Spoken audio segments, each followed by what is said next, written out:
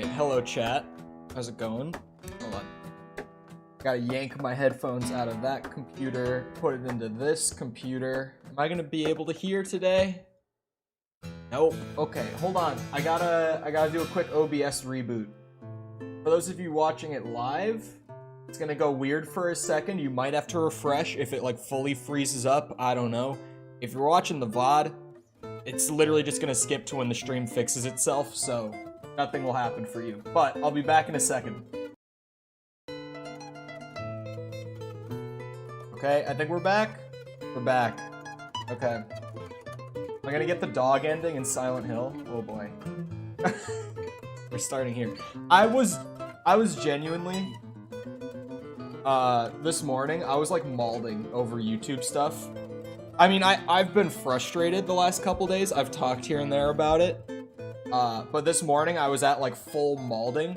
But then like a bunch of you were here right off the bat on stream today. So I'm like, oh, my algorithm fixed. And then you brought up Silent Hill.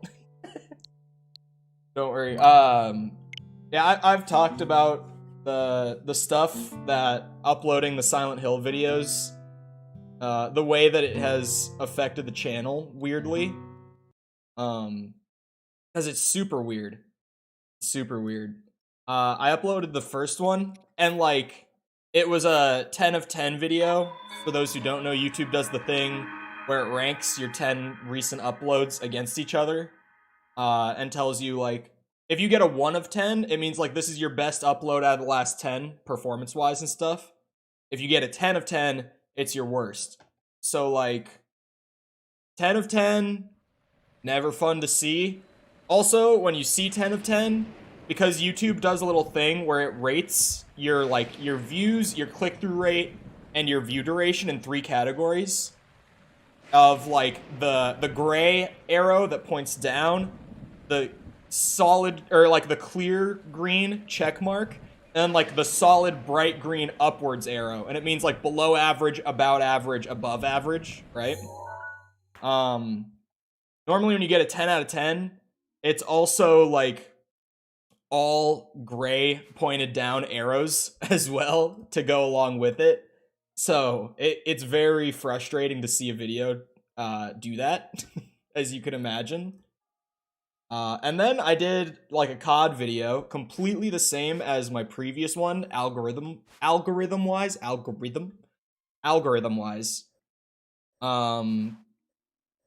And that was also, like, I don't think it was a 10 of 10, but I think it was a 9 of 10. Like, it was really bad compared to my typical channel performance. Not even much better than the Silent Hill one. It aged better than the Silent Hill video. But it's still, it's rough. Not doing so hot. Elden Ring DLC incoming. I do think we're getting Elden Ring DLC announced at the Game Awards, for the record. I'm someone who's like, it's way too perfect that they announced a DLC on Tuesday, and they dropped a DLC yesterday, and the Game Awards is tonight. Way too convenient. I think they're announcing like actual story DLC tonight. Hopefully you get saved by VTubers. Yeah. So that was actually part of the frustration as well. Oh my god. Okay, so yeah, the VTuber video is part of the frustration, Bird. It's part of it. Because right now, I have my dashboard up because I was like, oh, I should pull that up so I can rant about it real quick and have this out of the way. The VTuber video doesn't come out until tomorrow. It's not even out yet, and the VTuber video is already outperforming the Silent Hill video from today. It's not even out yet, and it's outperforming it. Other various things to rant about with the way that Silent Hill videos are... I'm gonna have to cancel Silent Hill videos just because of the way that they're affecting my channel. Like, I wish I could share the game and the story in the game, but genuinely, like, numbers-wise, I cannot do it unless I want to kill the channel for a month plus. I didn't even get a noti? Yeah, that's the problem. I wonder if we'll get another trailer for Tears tonight. I don't know if Nintendo's going to be at the event at all, but we'll see. So yeah, Bird, that's another problem. I was looking at the impression data for that video. Let me pull it up real quick. Sorry, this is like numbers stuff. For anyone who might not know, I say this every time I talk impressions, but impressions is a fancy word for how many people even saw that the video exists. Like, if you get a video in your recommended, if you were to go, like, if you're on mobile, below my stream right now, or if you're on desktop, like, if you would look at the videos in the recommended on the side, like, those are all impressions. That's YouTube showing you that that video exists and offering to let you watch it, essentially, is what an impression is. So the Silent Hill video, and I'm gonna get into why this is so infuriating, right? Because, okay, I talked about it before, just for clarification, for people who... I saw that pop up? Okay, good. I know that some people did. A good amount of people did. But not the amount of people that normally would. That's where the frustration is. And also not the amount of people that should. Let me circle back to that. So... I lost my place. Oh, yeah. Real quick, if you didn't hear me talk about it, because I think I was playing Fallen Order when I talked about this the first time, I put the word dead in the description of the first Silent Hill video. My SEO, like, program that I use, my search engine optimization, like, plugin that I use for YouTube, was like, maybe you shouldn't put the word dead in your description. I was like, I mean, people who are subbed to the channel will still watch it. This wasn't exactly made to grow the channel anyway. Whatever, I don't care about my search engine stuff on this series in particular. What I did not realize that putting dead in the description and publishing the video would do was, like, it would essentially cripple the channel for a couple days. I think I was actually playing Callisto when I talked about this the first time. Even, like, I've taken the word out of the description now, and we're still recovering as of today. But hey, this stream seems to have sent out fine, so hello everyone. The last couple days of streams, like between Callisto Protocol and Jedi Fallen Order, have not been sending out right, which is a consistent pattern on the channel since the first Silent Hill video went live. Is my lighting wrong? My camera settings look wrong. I think my white balance is super scuffed. I just saw this. Let me get to this real quick. Oh yeah, my white balance... My camera settings change themselves when OBS gets reset. Why is it so... I think it's the light coming in from outside that's messing with it. Hold on, let me mess with my actual artificial lighting. What if I turn it off? That's good.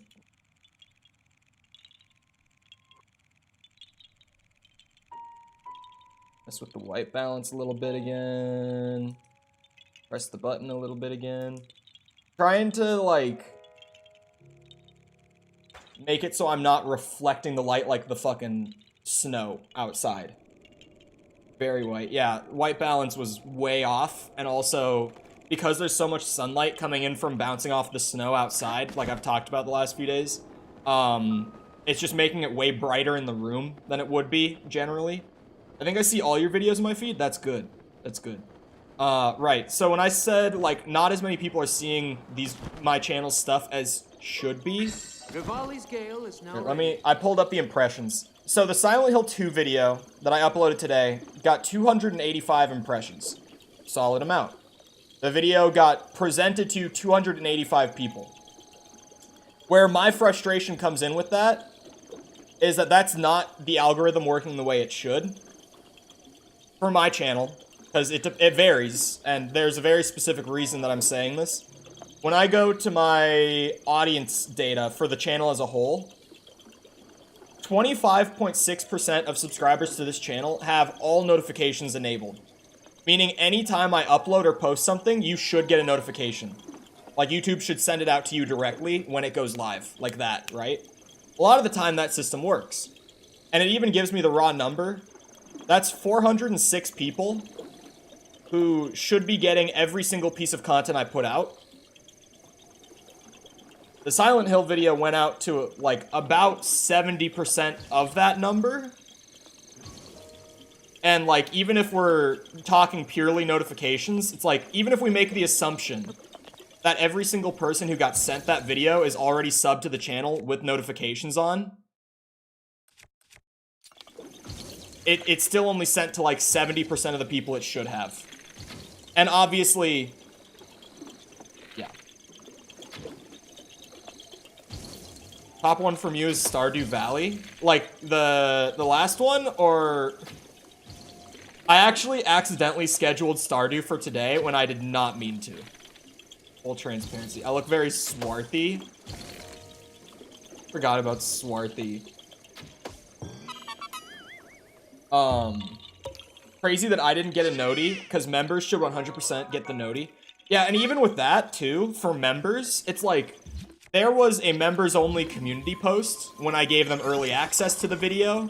You should have gotten a notification when I gave you early access to the video, and you should have gotten a notification when the video went live. And if you're telling me you got none of those, that's where the problem is coming from. You know what I mean? Like, that is exactly the problem that I am noticing right now. Is just there's something, or there's a way that the YouTube algo is supposed to behave, especially when it comes to like notifications and stuff. And ever since I uploaded that video that had a keyword in the description that I was told I shouldn't use, but I was like, oh, it's probably fine. It can't be that bad. Whole channel's been out of whack for days. Like, almost a week now. And it's just like, what the fuck is happening? Why? So I'm running and jumping, and Link is like sliding right off that ledge. What is swarthy? So I looked up the meaning for my first name for Cole, and one of the meanings was swarthy. And I was like, what does that word even mean? And so I googled swarthy, and the definition for swarthy, oh, I thought this was the rock. The definition of swarthy is of dark complexion or skin. And it made me laugh because I'm like, oh yes, my skin is very dark, as you can see. I was just like, yep, that's me, swarthy. Shit, Cole. Okay. I almost did that to myself. Yeah, I'm considering, because I really want to share Silent Hill 2 with people who haven't seen it before, especially the story and stuff. Because I don't hear many people talk about that game anymore, and even I kind of like forgot about it for a while. I might cancel the videos and move it towards, I'll just stream through it. Because like, we do 4-hour streams.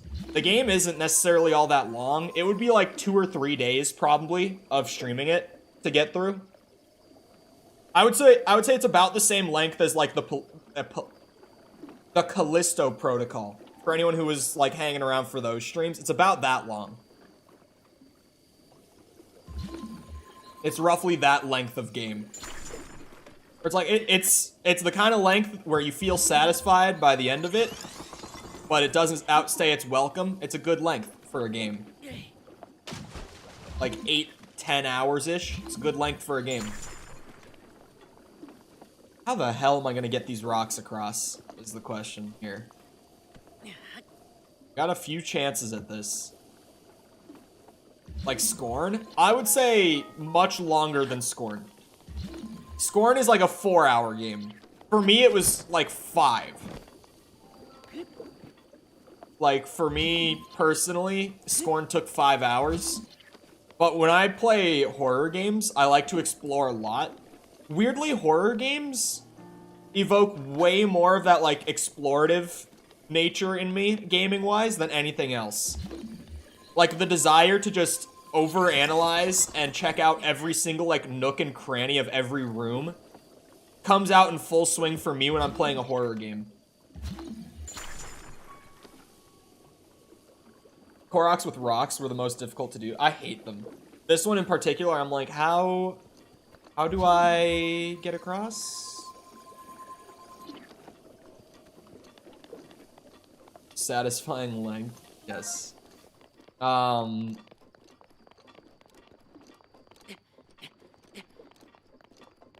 Circling back to the VTuber video, if you haven't seen it pop up, because I know it's been popping up for way more people than I thought it would today. I kind of thought it would pop up for, like, a couple of people, but as I thought it would be the same way that streams normally are, with the way they get sent out to people, where like I can schedule a stream like a full 24 hours in advance, and people are only gonna really start getting sent it like in their recommended like 30 minutes beforehand. Like very few people get sent streams more than an hour before they start. I thought premieres worked like that too. Apparently not. Apparently a lot of people are already getting like the VTuber video popping up in their feed. But tomorrow I have a video that I'm uploading with a friend of mine, a creator friend of mine, who is a VTuber. We played Warzone. And it's like a 10-minute like kind of highlights video, like funny shit that happened over the about 3.5, 4 hours of Warzone that we played last week on her stream.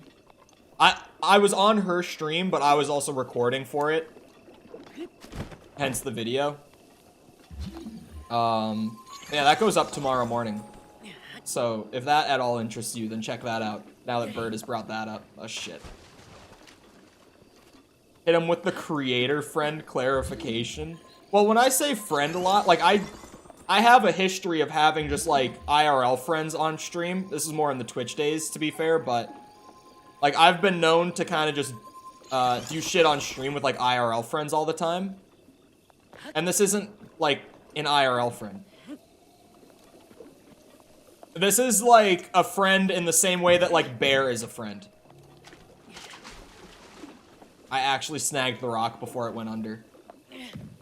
Fuck's sake.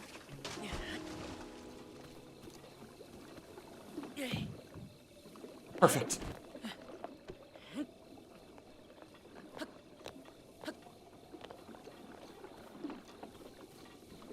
It's a 2D girl. Yes. Trust me, there is no human being on the other side of that. It is just a PNG. It's an AI. Specifically created for the sake of streaming on Twitch. And YouTube. She streams on both. Shit, I haven't been checking them off. Yeah, that's gonna be a very fun video. It was a very fun one to record. It was a very fun one to edit.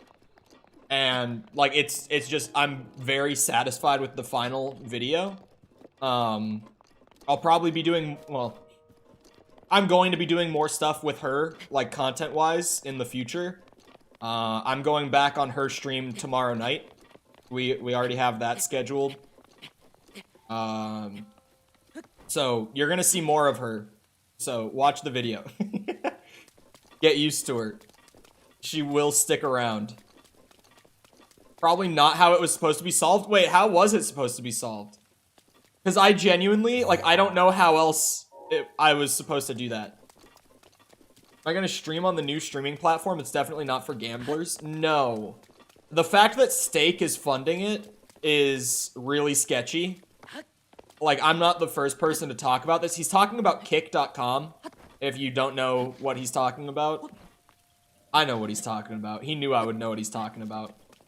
But essentially, the whole site is Trainwrecks TV. Kind of used to be a variety streamer. Now, for the last however long, has just been a variety streamer. You cut down the trees and walk across. Oh my god, yeah, I missed that one. Missed the point of that one a little bit. But he's been sponsored by Stake TV on Twitch for a long time. Twitch has been considering getting stricter rules about gambling on stream, because he'll just sit there and play slots for like 12 hours straight and get paid by an offshore casino to do it on their website and, you know, encourage other people to do it. Obviously, that can be a problem with like terms of service and stuff on the internet. So he has now become frustrated with Twitch because they're going to crack down on his kind of formula. And he was talking forever about starting his own new streaming platform. And it's already up. Like, you can go watch streams on it right now. But it then pretty quickly came out after good old CoffeeZilla did some digging.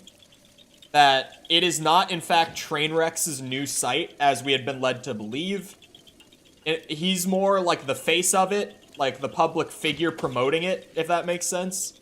And it's being funded by that same offshore casino. And shocking, as of right now, they have zero regulation on gambling on the site and the promotion thereof.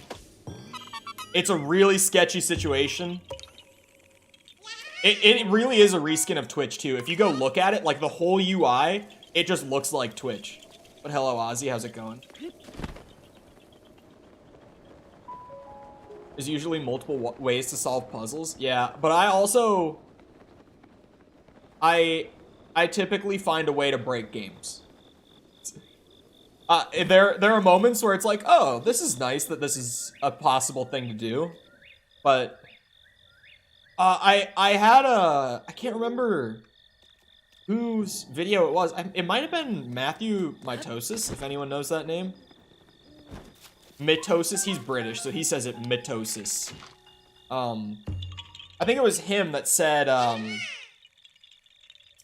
the games industry is the only, like, current medium,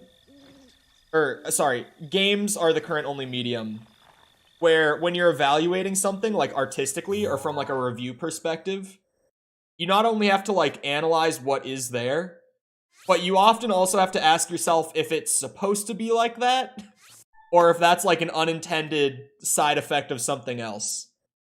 And it's very true. Because when I worked on that one game, the canceled one that I've talked a good bit about in the past, a lot of the really fun stuff that we had in that game, like a lot of the fun ways to engage with systems and mechanics and stuff, was not intentional.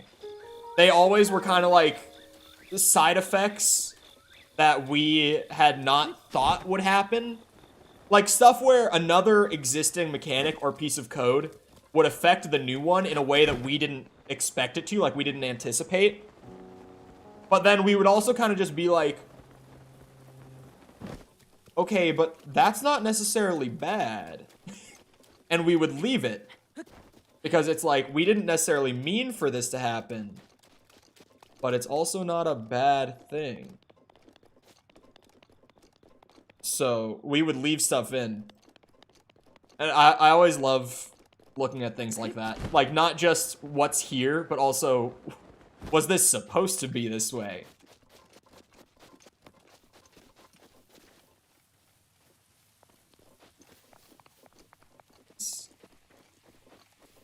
There's nothing in it. Happy accidents in games are great. I can't remember what game he was talking about. It might have been Dark Souls. It was Dark Souls. Okay, it was. Because, okay, this is the most random thing. For anyone who's actually played it, there's an NPC in the Undead Burg area, the first area of the game. There's like a merchant NPC that you can find. And he's kind of doing this motion with his arm where it looks like he's supposed to be like petting a cat that's sitting there. But there's no cat. Like there's not even a cat there. And he specifically was saying like, I don't know if this is supposed to be an early illustration of the kind of insanity that characters in this world fall into. Or if this guy was just supposed to have a cat and they cut it and it just happened to be like a happy accident. Where it seemed intentional, like the guy was crazy. But they just didn't have time to get the cat modeled and animated and all that before they had to ship the game.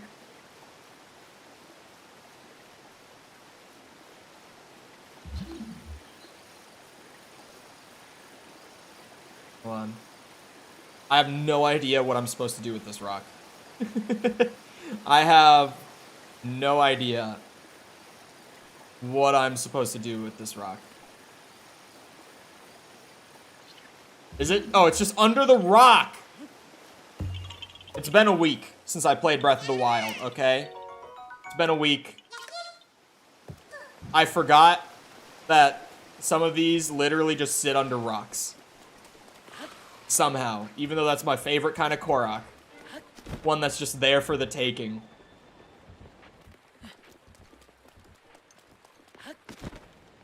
I also just saw Sepper's message saying, you mean he says it the right way? As in mitosis? No, it's mitosis. It's not mitosis. That's the goofy British way.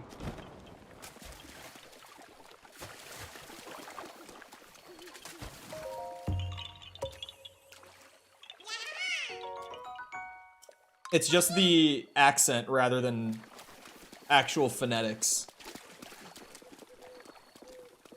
Because when you get taught phonetics in English, you would be taught that a word like that would be said mitosis. Daruk's protection is now ready to roll. I also still enjoy a good meal at Chick-fil-A. Because as weird as their history might be with whatever that stuff is, and as much as I don't know about that, admittedly, they make good chicken. And when I'm hungry and near a Chick-fil-A, I like to get good chicken.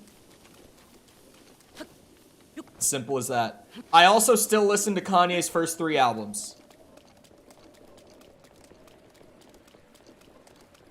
You have one of those close to you, or is it also too far? No, there's one pretty close.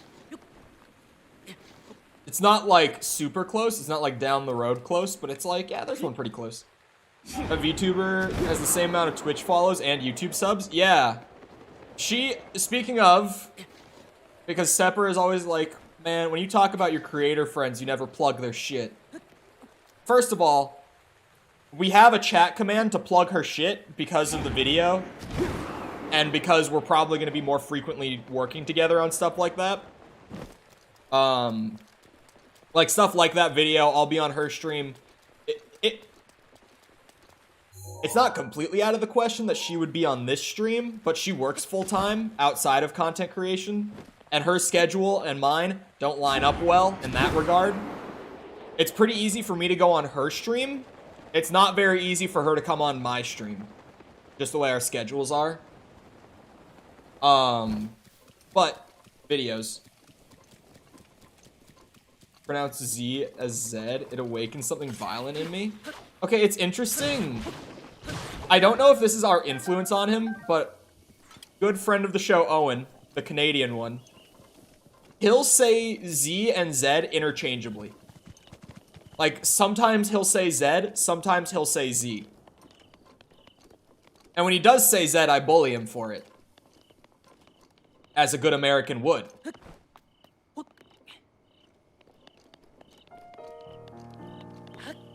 I can listen to his music because it's on my phone and not streaming, but I'll never stream any of his music again, not giving him money. Man, he's just crazy. Like, he's genuinely at that point where, like, and this could be me just overlooking something darker, which is entirely possible. But Kanye, especially recently, strikes me as someone who doesn't believe a lot of what he's saying publicly. He's just kind of going crazy and clout chasing. Like, it's one of those things where he's gone, obviously he's always had mental problems.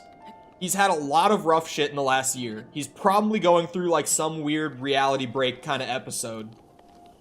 And if he says crazy shit, he gets a lot of attention. And so he'll keep saying it because it keeps getting him attention. I don't think that Kanye is actually like, yeah, I love Hitler. I think Hitler did great things for the world. I don't think he actually means that deep down. I think he's genuinely just saying it for attention. There are companies that do way more fucked up stuff than Chick-fil-A, but they don't really get the public backlash. I remember Tyson getting a lot of backlash at one point. I don't remember what exactly. I remember it was some sort of like animal cruelty. I don't have my bird power.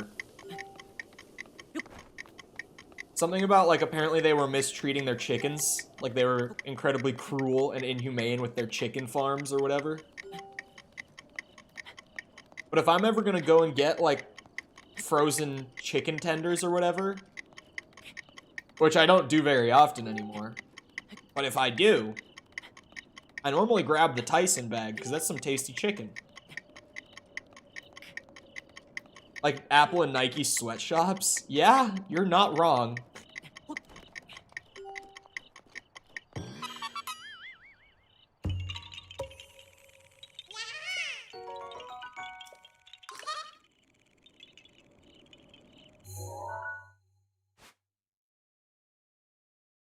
Hold on. I gotta mark these off. Oh, I didn't get this one. I meant to mark this. Did I not mark it? Kids gotta eat too. Like, come on, man. They're just trying to get some money. They just want some Tyson chicken strips. You had to reference South Park. You had to start me. Or get me started. No, I still don't know where the bandana is. I have like 815 Koroks, roughly. I don't know the exact amount right now, but somewhere in that ballpark. And I still have not found the final piece of the Climbers set. Sugar jibs. The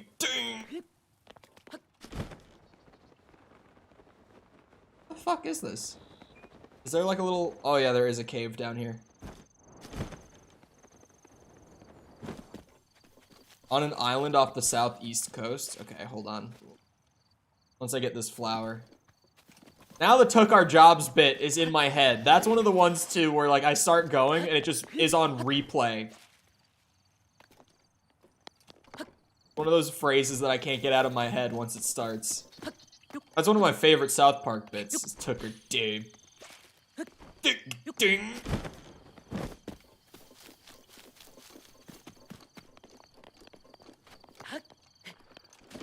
Fucking shit.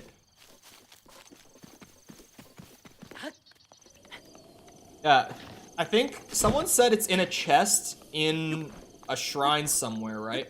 Oh no, but then it was like, someone said it was in a chest in a shrine, but then I went to like that shrine, like on the map, and I had already gotten all the chests in it, and they were like, oh, never mind, not that one then. They're like, my bad, that's not it. Okay, hold on. I mean, I could always just wiki it. Are you saying it's on this island?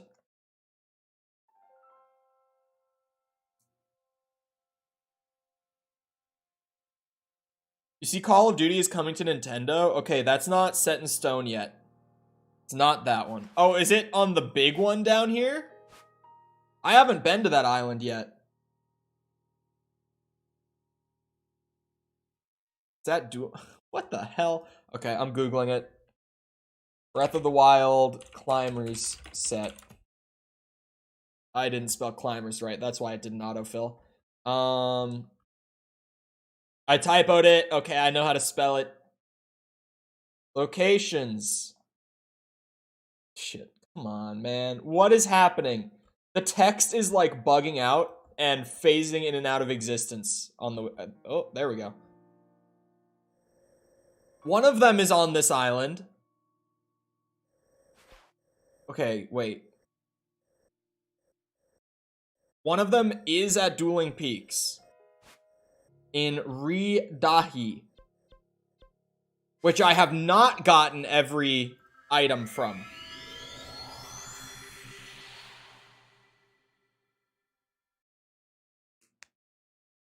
So yeah, the Call of Duty, 823 Koroks. The Call of Duty on Switch thing, I think Bird is just memeing, but for anyone who's like, wait, COD is coming to the Switch, it might be.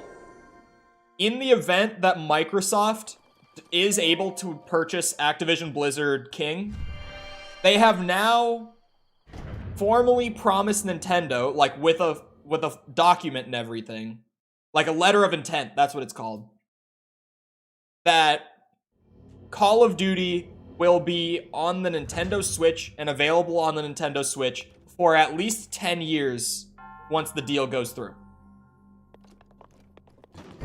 That is what they have formally promised Nintendo. Because Microsoft has been writing these letters of intent to everyone now. Because Sony is trying really, really hard to convince, like, world governments and stuff that this is a deal that can't go through because it's going to monopolize the industry, which is bullshit, for the record. You know, not to call out Sony directly, but like, you know, a company that has built up their entire console market off of exclusive titles for the last, like, nearly a decade now, complaining that exclusivity is monopolizing the industry. Come on. But, Sony's trying really hard to convince world governments that this can't happen. So what Microsoft has started doing now is they've written a letter to Steam, and they've told Steam, you guys will keep Call of Duty for good. You guys will always have Call of Duty because we put all of our titles on Steam. You know that. And Steam was like, we do know that. Thank you for telling us.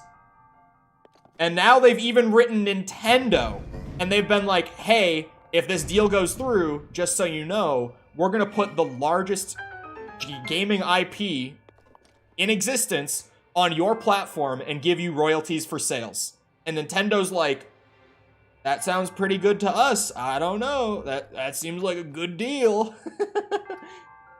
It's really, like, I love it. I love what's happening. Microsoft is literally going around to all of the other gaming giants right now that aren't Sony, and they're just being like, hey, if you let this happen, if you put in a good word to said organizations for us, might just give you a little bit of that sweet Call of Duty pie. It's very, very funny to me. But it's also a strategy that just might work. Like, it's a bold strategy, but honestly, it's weird to say, like, if it will or won't work. But just thinking about, like, if Nintendo and Steam and all these other gaming giants start vouching for Microsoft here, and Sony is the only one saying it's going to prevent or cause issues in the industry, the deal might just go through. Just set a fire on top of the Switch. Honestly, yeah. Warzone 2 runs poorly on my PC. Like, I can't imagine Warzone 2 on the Switch. It would obviously, like, it would be like Apex and Fortnite are on the Switch, where it's, like, downgraded graphical versions so that it can run better and, you know, not melt the internals of the console. But it is, like, yeah, if my PC gets, like, stuttering problems and shader compilation problems, the Switch is, yeah. I know, I wanted my Thunderblade back. I knew I could have warped out. I didn't want to leave it behind. I'm going pretty much to that area. That works for me. But yeah, I don't know if that strategy for Microsoft will work, but it definitely could, in theory. Oh, I should go upgrade it. At first I was like, I could go upgrade it, but it's not important. It's just climbing clothes. Hiccup. But I want the set bonus. Second hiccup incoming. Oh, I held it in. Yeah, I want the set bonus. I want to see what it is.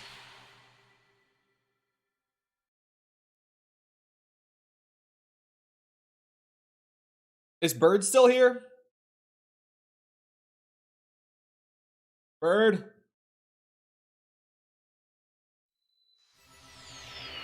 I don't know if he's still here. Whenever Bird gets quiet, normally a sign that he's either not here or he's on his way out very soon. So I'm gonna assume he's not. I was gonna ask him about the thumbnail on the VTuber video. Because Bird manages a YouTube channel. Like, does thumbnails and search stuff and all that.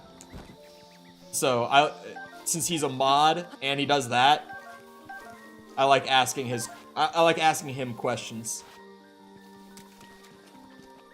There's so much rock salt. I mean, yeah, it's pretty available. And you don't do anything with rock salt. Like, I used it early on to cook, like, meat to get more hearts out of it. But then you get to a point where you realize that it's only really worthwhile to cook food that gives you certain effects or, like, full restore. So I've just stopped, like, cooking the meat and stuff that I used to use the salt with. I just have this, and you can't really sell it. It's like, what, 5 rupees a piece? Like, you could sell it. It's just really not worthwhile to. Oh, shit. Hightail lizards? Where do I get those? I do not remember where to get hightail lizards. Ah. Mm. Mm.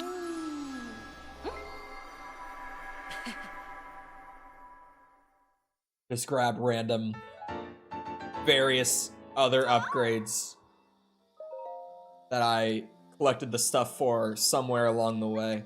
And 5 rubies? That's a lot of, like, value. Money-wise. I don't think I have a hightail in my compendium. I don't think I've taken a picture of it. Ooh, I should go buy pictures. I have like 20,000 rupees or something. I should go buy a bunch of pictures. Sapphire 2! My god.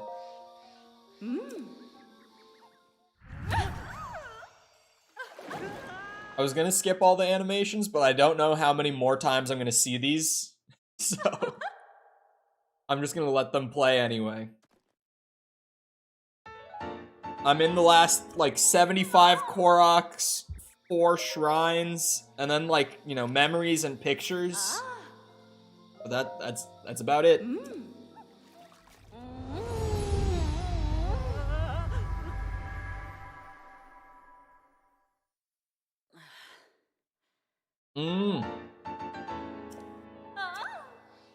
I love Beetle.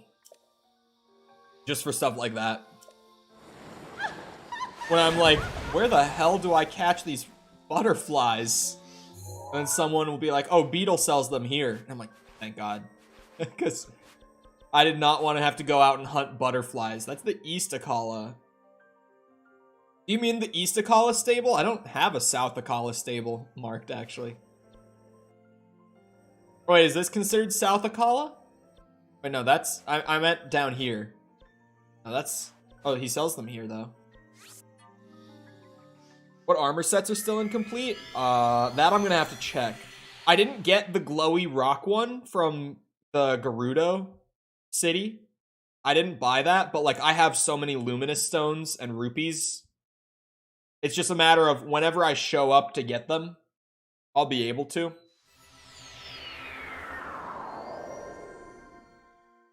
I'm trying to think. Hold on. Do I have... What armor sets do I have that are incomplete? Oh, I could go and get all the headbands, too. Oh, this. The rubber armor. I still only have this one. Actually. Yeah, that one. Oh, wait, no. Let me resort it. Because I think I do have 2 of those. Yeah, I have the pants. Never mind. I'm assuming there's a headpiece for that. Okay, now they're all sorted by outfit here. So... Yeah, I could probably go and get, like, all the headbands. Other than that, like, other than the rubber armor, I don't really have any incomplete sets.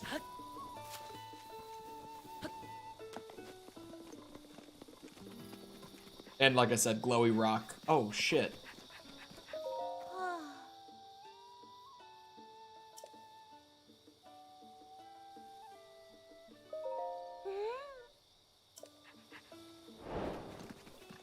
Thunder? Oh my god. Does it want me to get struck by lightning?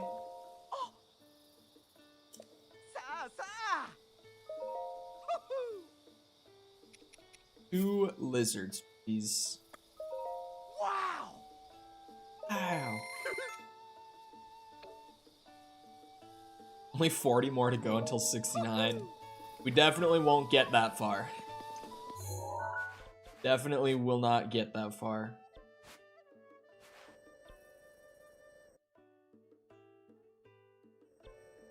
Wait, there's a whole stable I haven't found? It's just north of this. That's actually crazy.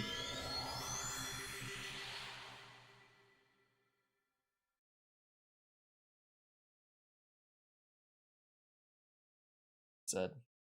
See, now there's less sunlight reflecting through my window. I gotta turn my light up.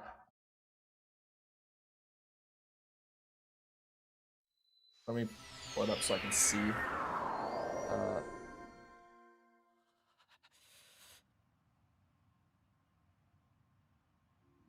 There. There is good. I'm just kind of roughly eyeballing it. North. Oh, it's this. No way. I got the shrine.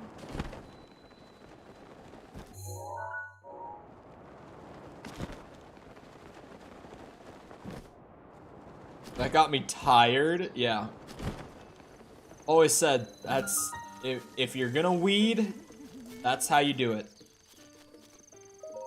Not that I would know, of course, YouTube and local police, but I've just been told that. Wow!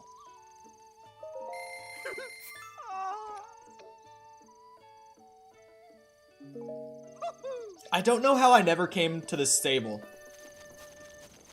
Because, like, I did that shrine. I did the tower. Like, how did I miss this? I'm checking for side quests, because a stable that I just straight up didn't know existed would likely have one somewhere. Or not.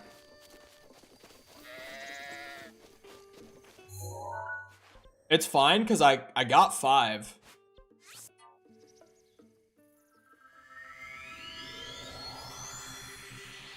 Yeah, I have no idea how I missed that. That's actually kind of crazy that I never... Oh, there is one? Well, shit. Welcome back to the Breath of the Wild loading screen. Don't you love it? I love it.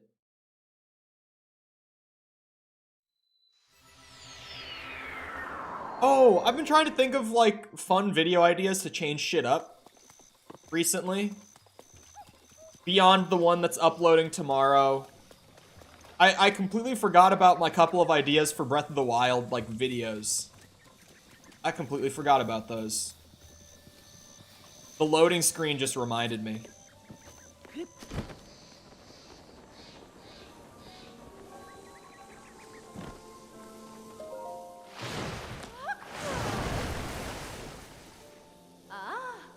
The rubber helm and the radiant set is all you're missing outside of ones with Eba. Okay. That's good to know. And, like, all the various, like, headbands that you can get at the Gerudo shops. But I'm not super worried about those. Like, full armor sets, I would love to get, but, like, all those random headbands are, like... I mean, they exist.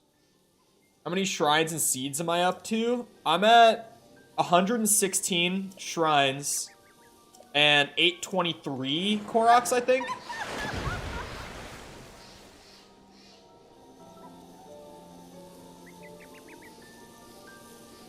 Wow, yeah, we're near the end.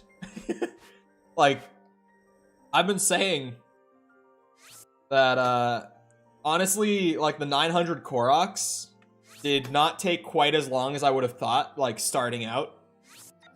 They were still a grind, but I don't know, you probably heard me at some point talking about it, Ryan, but I got to a point where I was like, okay, we do 50 Koroks a day, and I'll blow through these.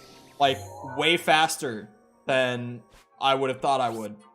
And I was right. Will I get to 900 today? I think it's possible that I could. Like, I could get to 900 today. I could.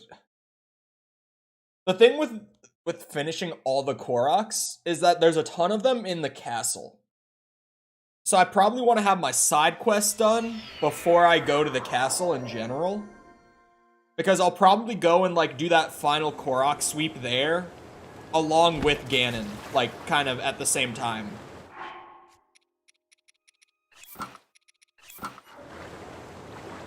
Unless it's, like, really easy to avoid triggering the Ganon fight. In that case, I could do the 900 today. Like, I would be fine to go there today and do it.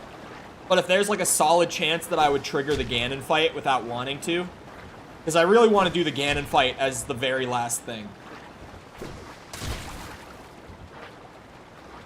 Not easy to trigger it. So you're telling me that I could go... You have to go into his sanctum? I might do all 900 today then. I might wrap up all the Koroks today.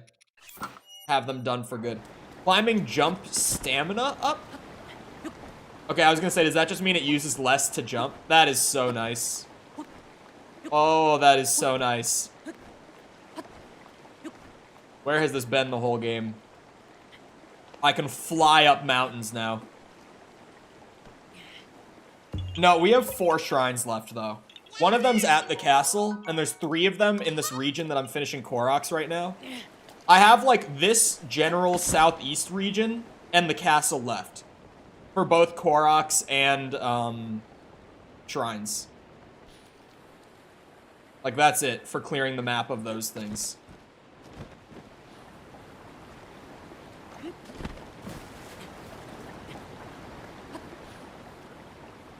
Told you it was there like a month ago. There must have been some reason that I think I might have looked at one of the other Dueling Peaks shrines. Or maybe this is very possible, in all honesty. I did look at it, and I was like, oh, good to know. And then I forgot about it within like 2 minutes. And never thought about it again. As I am known to do with many things. You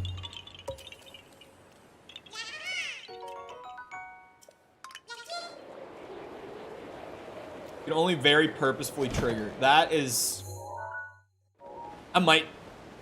Just to say that I did, I might get all 900 Koroks done today. I could probably get all the Koroks and shrines checked off the list today. I think that's very doable. Because, again, only 4 shrines left. So I could essentially get to the point where it's just, like, side quests and, Ganon. Oh, and memories. I have to get memories. How many memories do I have? 1, 2, 3, 4? It's not bad.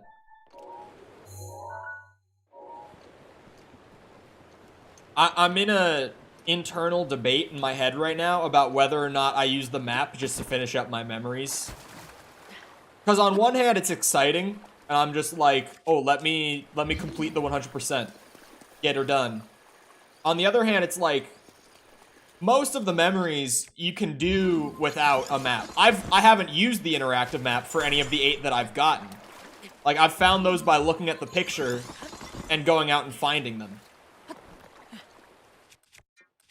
But I have a specific concern about this one. Where the fuck is that? That is just trees. Like, where the fuck is that? The rest of them, it's like, this, I think I know where this is. Maybe? This one, that's the Hylia Bridge. This one, I don't know, but that looks like it's in... What's it called? In this region, Hyrule Field. Looks like it's like a pond out here or something. That one I'm not sure of, but that one doesn't seem too bad. It's that forest one that I'm just like, this could be any forest. This could be fucking anything.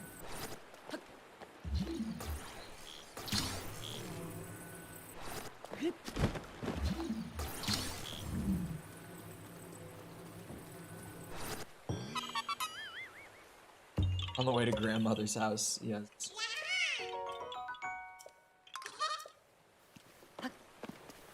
Oh, I don't have bird powers.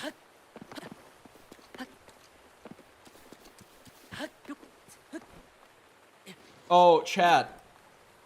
You know what I saw today that I didn't know before? And it honestly made me kind of angry. I feel like most people in chat will have seen at least one of these.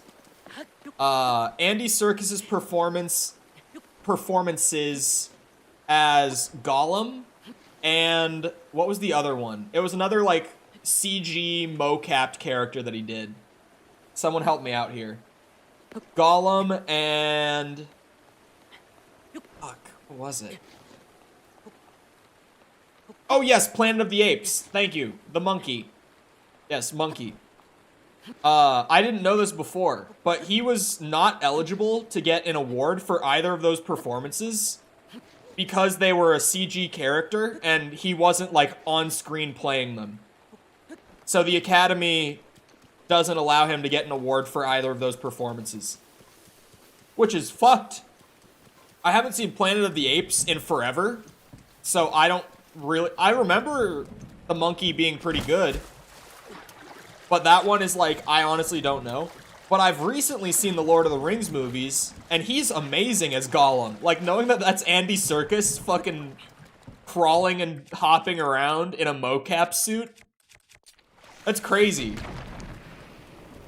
And like, they motion captured his facial expressions and everything. Like, he fully acted that role.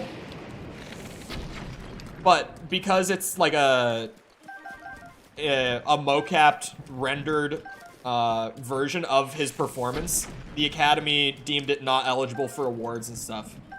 That's crazy. Because I feel like he has to have, or he would have gotten an award for Gollum. He definitely would have. Because that is like one of the craziest acting performances I've seen. Because at first you see it, like when I watched the first Lord of the Rings movie without knowing ahead of time that it was Andy Serkis fucking mocapping it, you know, you just assume that like someone made the model, animated it by hand, and then someone voice acted the character. I didn't realize that they literally like had Andy Serkis hopping around in the suit with the other actors on set playing the role. Like, that's crazy that he wasn't allowed to get an award for those. Specifically Gollum. I can't speak on Planet of the Apes accurately. Mutated hobbits. That's unbelievable. I mean, I don't think many people have all that much love for Hollywood nowadays anyway. But that was crazy. I was just like, what? There's just so much weird shit going on in Hollywood, man. So much weird shit. I don't know if I'm gonna be able to climb this without my bird powers. I don't know if this is gonna be something I can scale realistically. Hollywood didn't know how to respond at that point, I guess.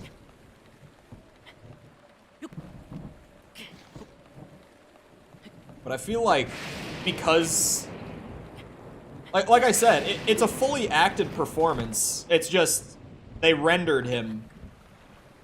Like, he still was physically performing it. Obviously, he was doing the expressions and the voices and stuff while he was mocapping. Like, he fully acted it, but because they wanted the character to look a very specific way, they just, what's the word? Opted to do CG to render it. If I could get up this, like if this could be an easier climb, I could float across. It's between Hylia River, this, right? And the bottomless swamp. This isn't, no, that's a different river. Where's the bottomless swamp?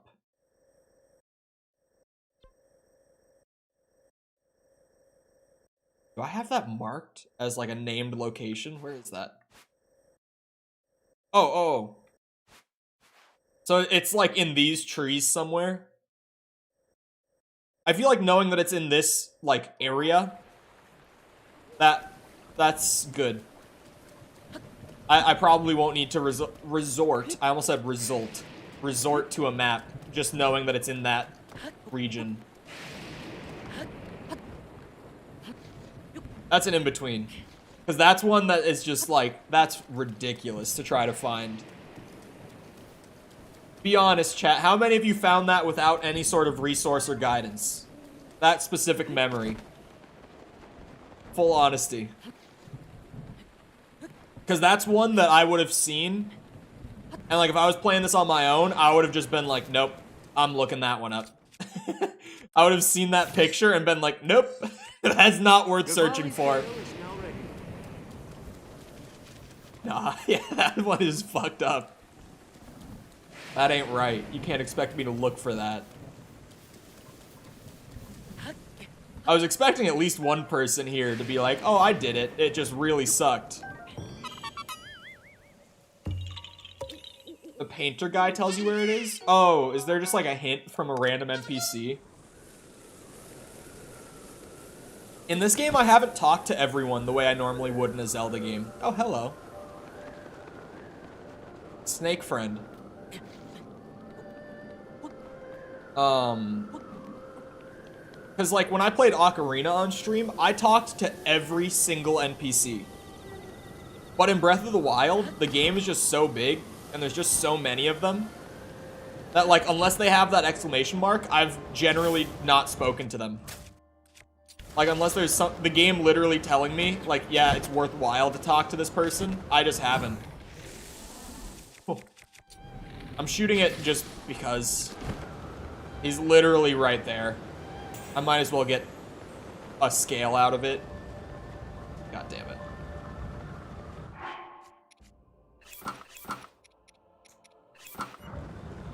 I don't need this part, but I'll take it. I'm gonna play through without looking anything up my first time through. Like, I was gonna say that's crazy, but then I remember that you're an open world guy, mainly. Like, that's your thing. So that's not as crazy. I feel like open world games are great for, like, genuine exploration, but then if you really, really want to, like, dig in and, like, get all the good stuff out of it, you get to a point where it's like, I have searched thoroughly, I have found what I'm going to find. Where is the checklist? Who put together this amazing resource that will get me the rest of the way through? Oh wait, I didn't even know that. I didn't know I could cook the dragon parts into foods.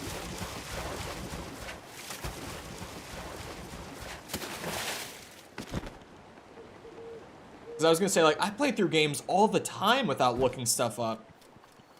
But then, yeah, since you're kind of inclined towards open world, that would make sense. I don't know when the last open world game was that I didn't look anything up. I guess it would probably be one of the Mass Effect games. Like, if I have to really try to think of it. That would definitely be, like Mass Effect 3 might be the last open world game that I didn't look things up for.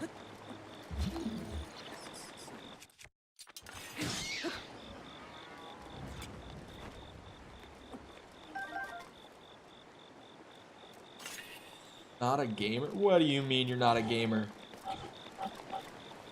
That's just not true. Oh, there it is. I found it. You 30 minutes of attack up 3. Wow, 30 minutes? Holy shit. God, I smell coffee. And in case you haven't heard me rant about it before, I hate coffee. I don't know who in my house is walking around with a fresh, steamy cup of joe right now, but I can smell it. Like, it is pungent. Someone must have just walked right by or something with it. Wait, this one goes up top. Let's see.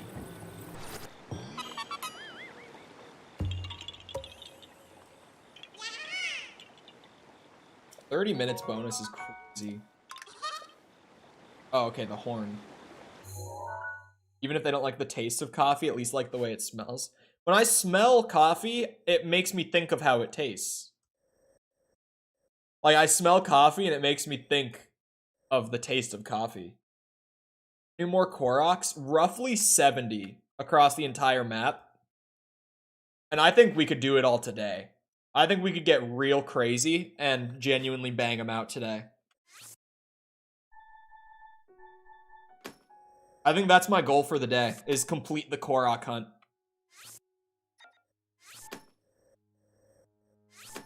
Because that will be like... The Korok hunt is the biggest part of the 100%. Absolutely. So, having this done, it'll be like, finally, the largest piece of this is over. The only reason I did was to help my son with Breath of the Wild, then I got hooked. That's actually very funny. That is actually really funny.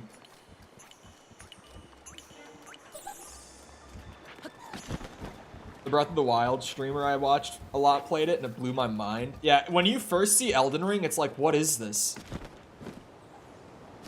Because it's just so different in like every sense of the word. Like, especially if you haven't seen Soulsborne stuff prior to Elden Ring. Because if you've seen like Dark Souls, like at least gameplay wise, you understand what's happening. But if you've never seen like Soulsborne stuff, then it really is just like, oh my god. Like, you see that and you're like, what the fuck is this? What am I seeing here?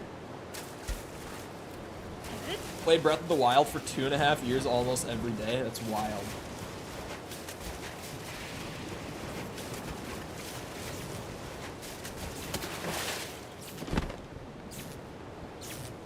God damn, no! I'm gonna get struck by lightning! Wait. I did just get struck. Yeah, I'll find that at some point. Okay, new plan. Talking to all of the fucking what? Oh boy, that's gonna be something. Does someone have a checklist of NPCs?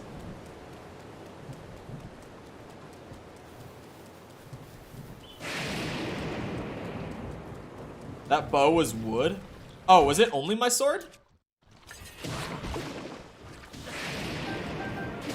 I thought it like struck the top of the water, but didn't hit me because I was under the waterfall or something. Oh, so for the in-game 100% progress counter. Oh, okay. If it must be done.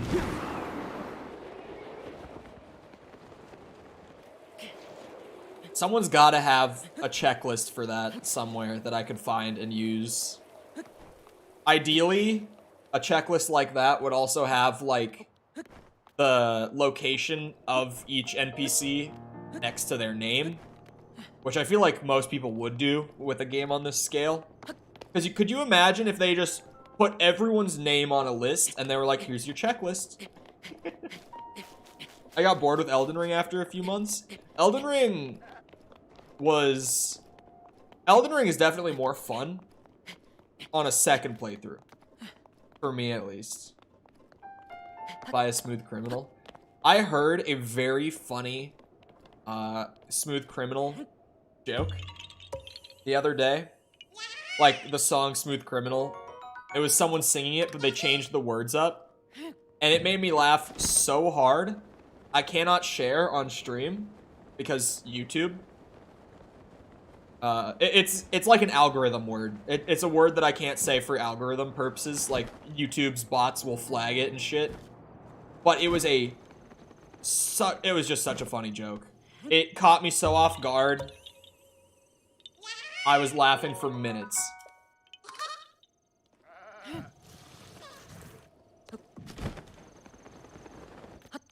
And it was a Michael Jackson joke.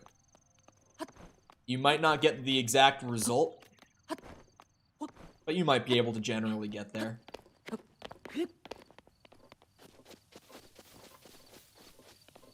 All divine beasts, all shrines, 900 Korok seeds, and all locations. That's it. Well, we'll see what happens when I beat Ganon. Because, oh wait, you didn't say side quests.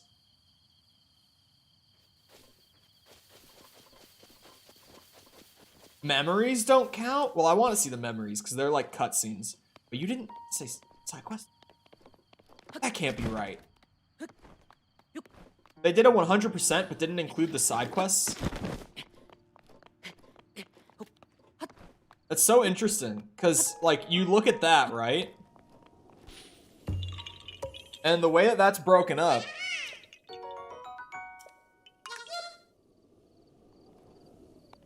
It's super interesting. They... Literally, through the 100%, it's exploration-based rather than task-based, right? Like, main quest doesn't count, side quest doesn't count, memories don't count. Kind of surprised memories don't count. But, like, it's fully exploration-based. You get a secret cutscene after you beat Ganon if you get all the memories. Oh, then yeah, I'll definitely do that.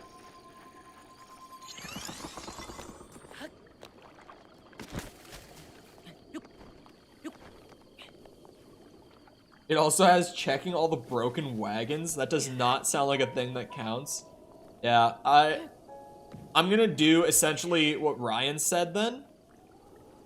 How could it be 100% without doing the side quests? That is my question. Like, internally, in my head, I'm like, I don't know if I would consider that 100% completion.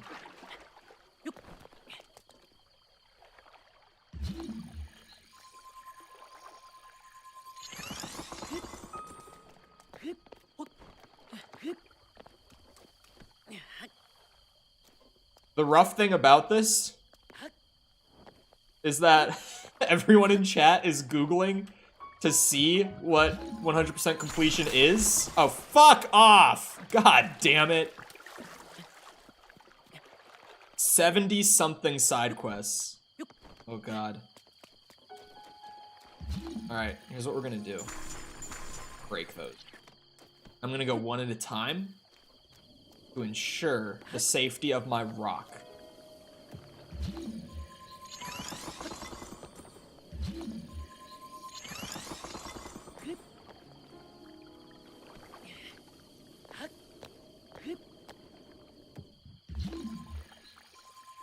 I'm just gonna drop this rock straight in. I've done it before, I'm gonna do it again here. You happened to be here when I did it last time and you thought it was funny, because it was. It just looks super goofy when you do it this way. Doing it again.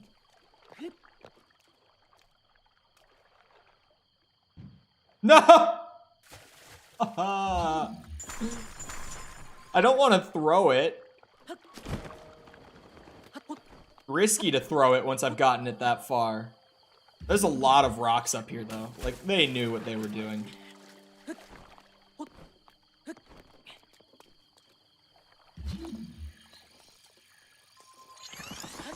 What I was gonna say is, it's funny that, like, everyone in chat is, like, Googling, trying to see what exactly counts and doesn't count for 100%. Because getting 100% completion in this game is batshit crazy and no one actually does it. Yet, here I am with nearly 900 Koroks. Get all armor, memories, all... Oh. So it's almost like a speedrun category. Think like Hollow Knight community and all the crazy speedrun categories that they have. Because they are so anxious for a new game that they don't know what to do with themselves. So they've started doing, like... Or they've even, like, modded it directly into the game, where, like, you can speedrun the game, but as soon as you break a single, like, destructible object in the world, it's a reset. You have to complete the game in a speedrun environment without breaking a single destructible object. Shit like that. You gotta respect the Hollow Knight community for that stuff. It's just crazy. They are so excited and passionate about this game. They actively just come up with the craziest shit. I think I just gotta give it a toss here. No! Fuck this Korok. Sincerely.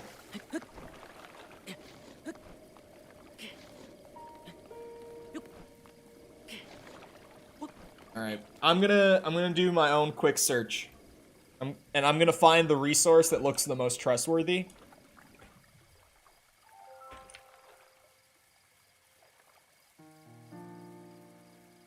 I'm just gonna...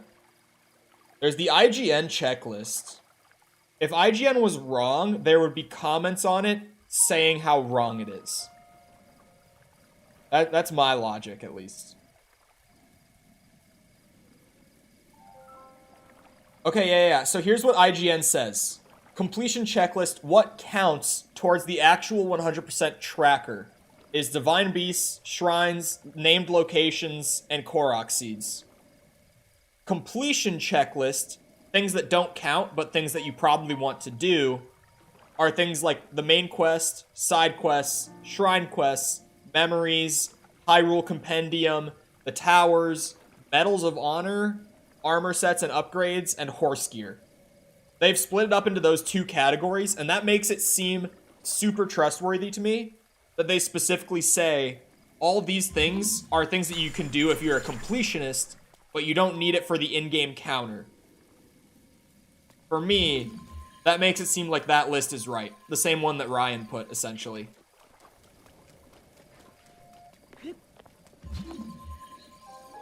I guess the way that I would describe it is like the actual 100% counter is less like completing everything you can in the game and more like exploring the entire overworld map. If that makes sense. But I'm not necessarily saying I think that's a good thing, because I don't think there's much crossover, and I don't think many people are here right now that were here for the RDR2 100% at the beginning of this year. But on the off chance that someone who was here for the RDR2 100% is here, I actually complained a lot in that game, contrary to what people say about me and my supposedly unwavering, undying love for Red Dead Redemption 2. I complained a lot while 100%ing that game that, like, Red Dead Redemption 2 has something like 40 side quests, essentially, that all are, like, fully voice acted, like, full main story quality cutscenes, and, like, quest lines that have, like, 5 or 6 missions each that continue throughout the entire game. Like, stuff like that. They have, like, 40-some, I think it's, like, 46 of them. But for the actual 100%, like, tracker in that game, they just require that you do 10 of them. And I was like, if I'm here to 100% your game, it's because I want to see every single piece of content in your game. It's not just like, oh, do a little bit of everything. It's like, I want to have to do everything. I did not do every single thing that was possible but not required in RDR2. But, full transparency, I did end up doing a lot of optional content in that game that I did not need to do for the straight up 100% tracker. Oh, thank God.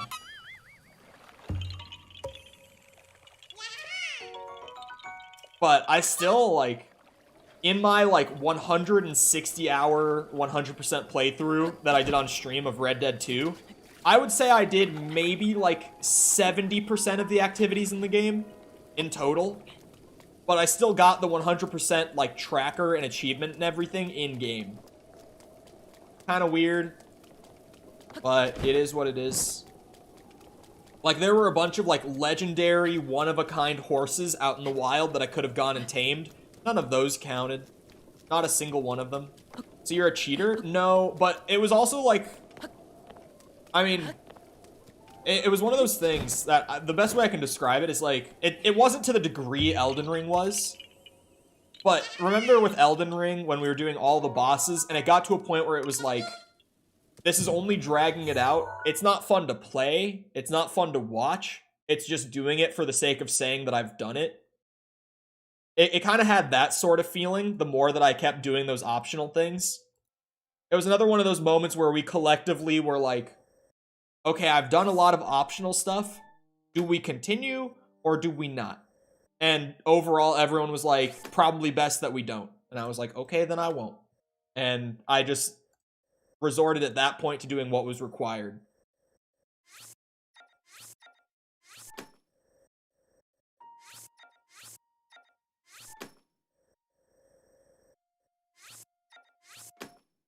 I'll probably do, like, Elden Ring's copy-paste boss thing was so dumb. Yeah, and it, like, at that point in the game, too, when we did decide that for Elden Ring, it was, like, me spending 30 minutes to find the boss just to go in there and nearly one-shot it. Like, not one-shot it, but I would, like, just do one bleed build-up string, and it would proc, and then the boss died, and it was, like, I spent 30 minutes searching for a 30-second boss fight. And doing that on loop was like, it's not fun to play, it's not fun to watch. Let's just do the unique bosses, see what the game has to offer that I haven't seen, and be done with it. Because at that point, we were at, like, what, 90 hours of playtime in Elden Ring 2 for that playthrough, so I was just like, man, I don't think I need to go and kill another... Fuck, I can't even think. God, what was one of the copy-paste bosses in Elden Ring? Medals are really fun. Yeah, I don't even know what a Medal of Honor is. I just assumed DLC. Yeah, Mikkel told me that they nerfed Rivers of Blood, like, in a recent patch. I've seen that they nerfed a lot more stuff than just Rivers of Blood. Yeah, in terms of Breath of the Wild, just for the sake of people who don't know Elden Ring, it would be like me searching for a specific Lionel on the map for 30 minutes, killing it with, like, one attack string, and then going to search for the next one for another 30 minutes. It just got to a point where it's like, why am I even doing this? I feel like I'm getting nothing of value out of doing this.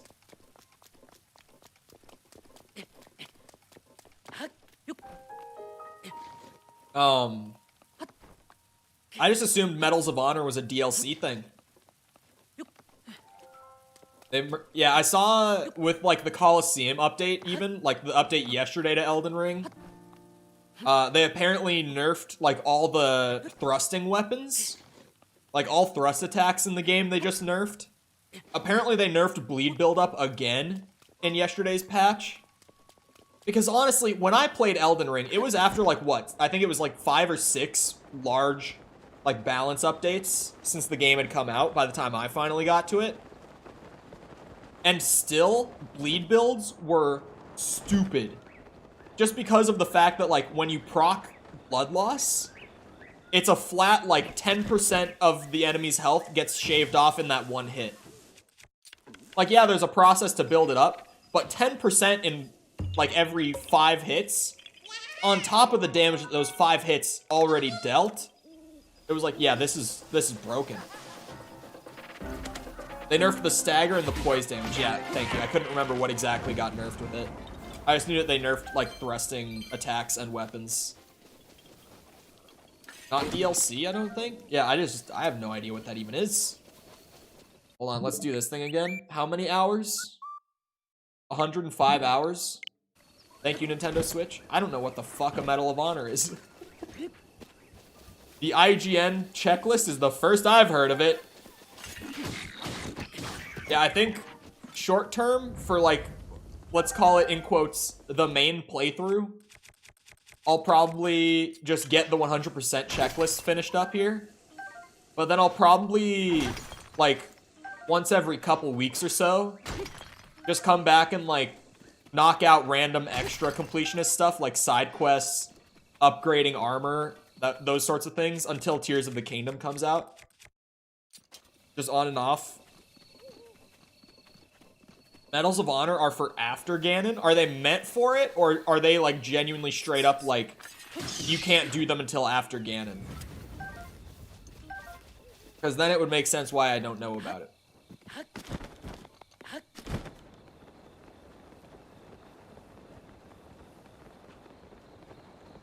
Only active after you beat Ganon. That's why I don't know about them. That makes sense.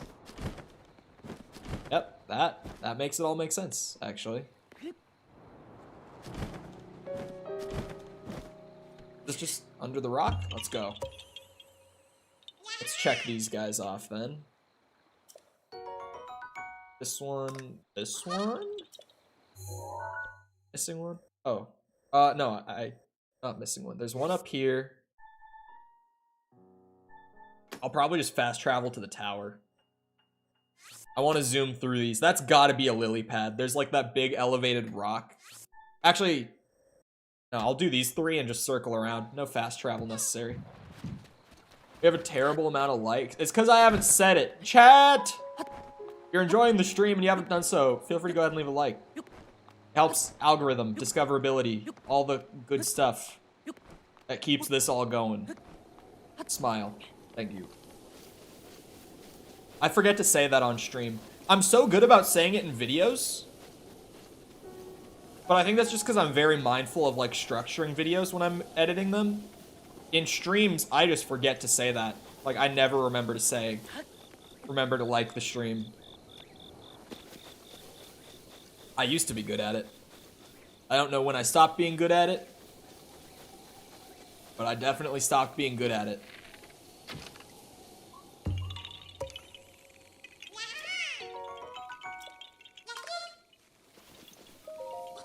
Yeah, with the compendium, it's like, I just have to buy pictures. Like, taking pictures of stuff along the way is great.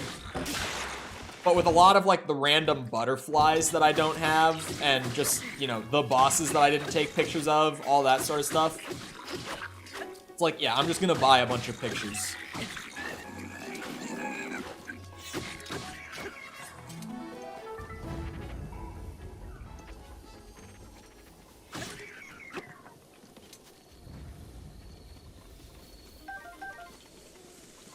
Oh, the pictures of the bosses are only purchasable after Ganon. Well, Compendium isn't necessary for the tracked 100%. So wait, if it's named locations, shrines, Koroks... What am I missing? Named locations, shrines, Koroks. There were 4 things on the actual 100%. Which one am I missing? Oh, Divine Beasts. There's a chance. There's a chance. It's not guaranteed, but it's a chance that when I get the 100% tracker on my map, it could just be at 100%. If I do it perfectly, and the name locations kind of throws a curveball in that. Because it's like, yeah, there's definitely one somewhere that I haven't gone to, even with doing all 900 Koroks. But that would just be really funny. I would love if as soon as that tracker appears, that it's just at 100 already. That would be awesome. Yes, Smitty, it's not a lawsuit thing, per se. It is Activision being cheap bozos. For you to use, like, actual weapon names, like, for them to use, like, the MP5, like, to actually call the MP5 the MP5, they would have to go to Heckler and Koch, HK, and they would have to purchase a license to use, the weapons platform in the game. And the easy way around that is just name it something else. But it's weird because Call of Duty used to license the weapon platform names, but they just, at the point that they started generating like over $10 billion a year off of that franchise alone, they were like, yeah, it's not worth it anymore. Like, what? What do you mean it's not worth it?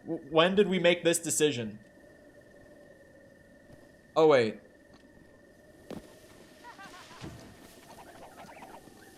Wait. Okay, no wonder I didn't find this one. Hold on, let me take this guy out. Oh, so along this road, this is a really weird Korok. Along this road, there are 10 signs, I'm assuming these, that when you stand by them... Oh no, you have to shoot the signs.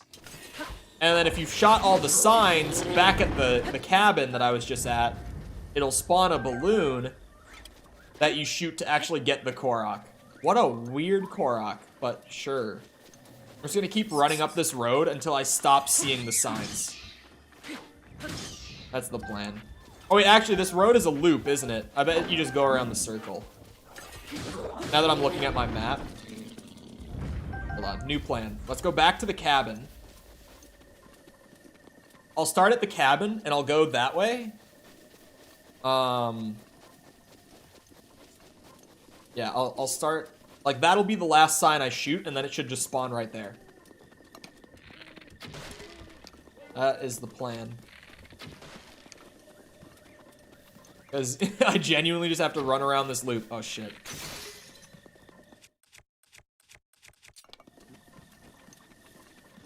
For a company as big as them, that's really whack. It's just weird because, like, it makes sense from a business perspective. But it's also like, if you guys could afford to do that before Call of Duty was Call of Duty, why would you not be willing to do it now that your franchise averages $2 or $3 billion per quarter?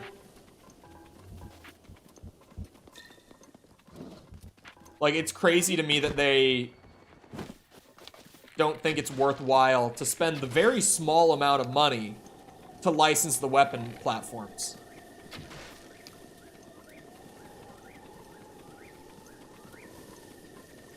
Because, you know what I know?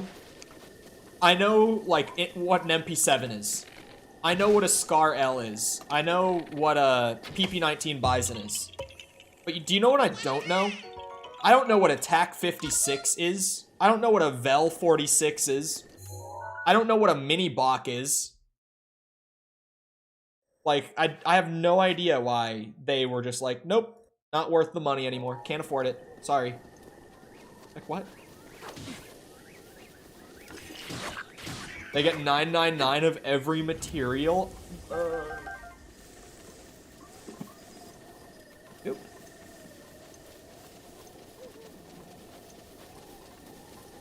Had the MP7 and MW19. Yep. It's just weird. I don't know why they were suddenly like, nope, this is too much money. I don't get it. And even, like, this year is different, in all fairness. This is the first year of Call of Duty where we literally have not had a single licensed weapon platform in the game. Like, where they genuinely didn't pay for a single one. Because, like, even last year in Vanguard, it was kind of half and half. Where we did have, like, the MP40 and the STG-44 and, like, actual weapon platform names. But then we also had... Oh, I have this one. I just didn't mark it. Then we also had, like, the Gorenko anti-tank rifle, which was a PTRS. Like, they did half and half last year. And with, like, Cold War and stuff. They did half and half. Where they licensed kind of, like, the super iconic ones. Things like the XM4, the MP5, that sort of thing. AK-74U. AK-47. But then they didn't with other various things. Maybe the licensing fee went up a lot. I don't know what the licensing fee actually looks like, figure-wise. But it can't be that much. It really can't be. Considering, like, much smaller dev studios that bring in much less revenue are still licensing weapon platforms. It can't be that much. When are you gonna finish it? Big game. Very big game. It is also just a game that's like, it's actually kind of psycho shit to get 100% completion. It was the same sort of thing that happened back when I was like, I'm gonna 100% Red Dead 2. And everyone in chat was like, haha, sure. Like, you fucking watch me. It's when people don't think that I'm actually gonna do it, it pushes me even more to do it. I start doing it out of spite. It fuels me. Keeps me going. Like early on when people like Ryan were like, there's no shot you're getting 900 Korok seeds. And I was like, uh-huh. Sure I'm not. I'm getting those 900 today. I'm determined now. All 900 of those Korok seeds will be off the map. For good. Excited that you'll finally get to the last village you haven't found. It's funny that I still haven't found a village. And there's an entire island of the map that I haven't gone to. Like, after all this time, after collecting all of these items, it's like there's still stuff that I just probably should have found, considering just the sheer amount of time I've spent doing these things that I haven't. When was that exactly? Wait, where the fuck am I? Where is that? Oh.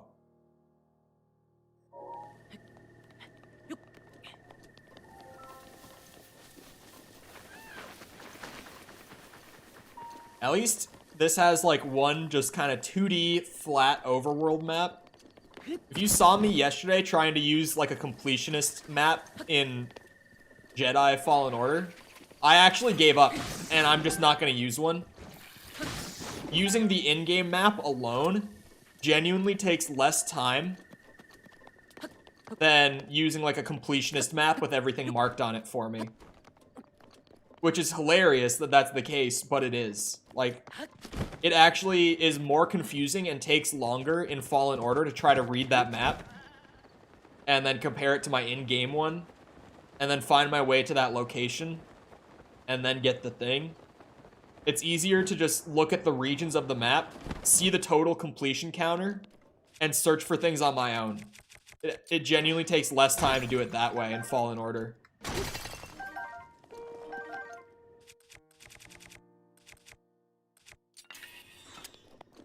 Regarding firearm, that's a lot of US states, actually. You can thank people like Jack Thompson for stuff like that. Lawyers like Jack Thompson. He's like the infamous anti-video game lawyer. Well, he's one of many, but he's kind of the biggest one. He also, if I remember right, operates in the state of Florida. Correct me if I'm wrong. Or Florida, California. Sorry, I meant to say California.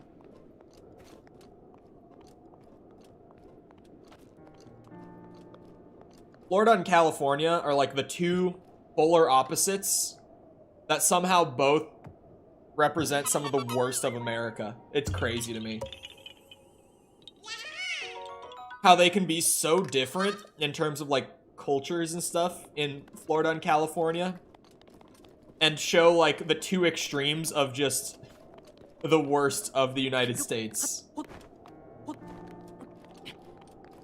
Minnesota's got problems.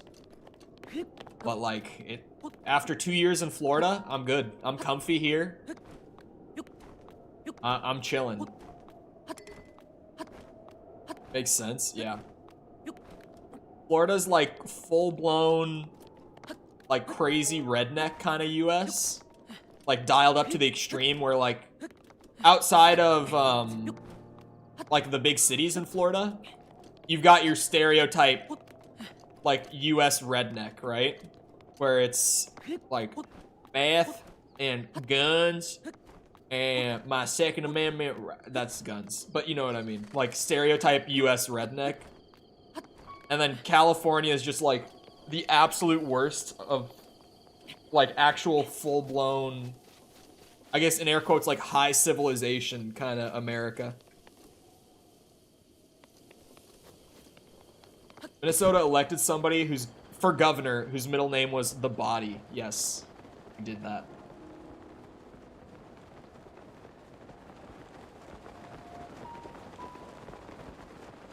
Terribly conservative views on social issues? What? Minnesota's a blue state. Generally in the Midwest, it is very conservative, but Minnesota's more liberal than it is conservative, specifically. But admittedly, like, as far as the Midwest goes, we are an exception in that sense, where that's not necessarily the norm. Minnesota's just cold. Not that cold today. I actually have my window cracked right now. I've had my window cracked the whole stream. It's 22 degrees. It's not that bad here today. We got like 7 inches of snow on the ground. Not that bad. That's cold. I don't know what that is Celsius. It's negative. I know that, but I don't know what that is Celsius. Oh, I actually have to jump from a higher... We haven't had snow yet? Really? I thought you guys got snow. Like, by this time of year, you would normally have snow, right? Is it just a weird year for you guys, where you've got none? Wait, New York hasn't had snow either? What's going on? Why do we have so much snow? Like, we normally have snow in, like, early December, but it's normally not like, 7 inches the way it is right now. Normally, that's, like, January when we start getting, like, over half a foot of snow.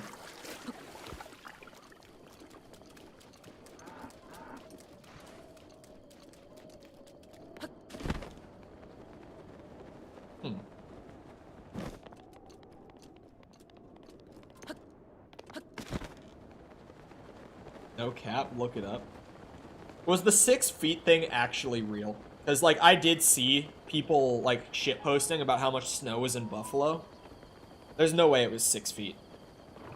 That's, like, genuine, batshit crazy, unheard of kind of snow. I'm gonna have to look it up in a second. I had to refresh my YouTube studio since this was an extra tab that I have open. The VTuber video isn't even out yet, and it's outperforming the Silent Hill 2 videos. You're gonna love to see it. Thanks, YouTube. What was I gonna look up? Oh yeah, Buffalo snowstorm. Snowfall tops 6 feet. This can't be true.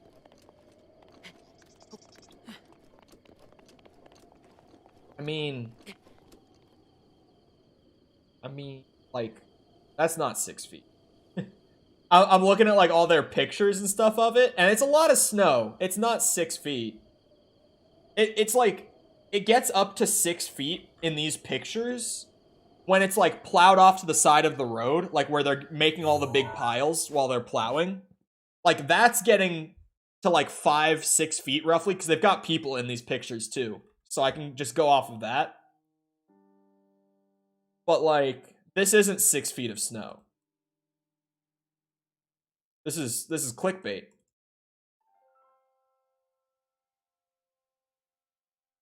It's a frigid 65 degrees in South Carolina. I wonder what it is in Orlando. It's true.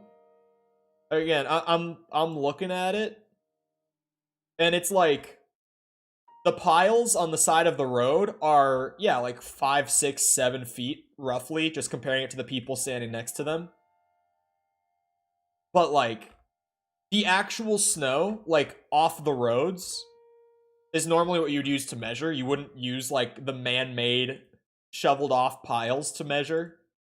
That's not 6 feet. It looks like it could be, like, 2 or 3 feet, though. It does look like a lot of snow. But saying 6 feet is crazy. Probably images from days after. The first one I was looking at was like, they had been getting a lot and there was another storm to come. One of them was Aftermath. But a lot of these pictures are them like actively plowing or shoveling driveways or whatever. It is a lot of snow.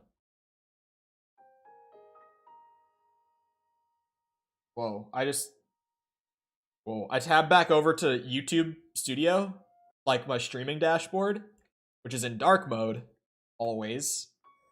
I'm a gamer after all. Okay, it was this tree. I was like, I think I ran past this Korok.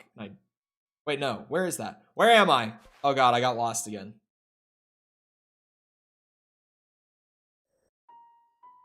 Aha, I'm here. I did run past it. It's just behind me though. Shit, no, over here. Okay. Wait, no, it's pretty much right here. Is it under me?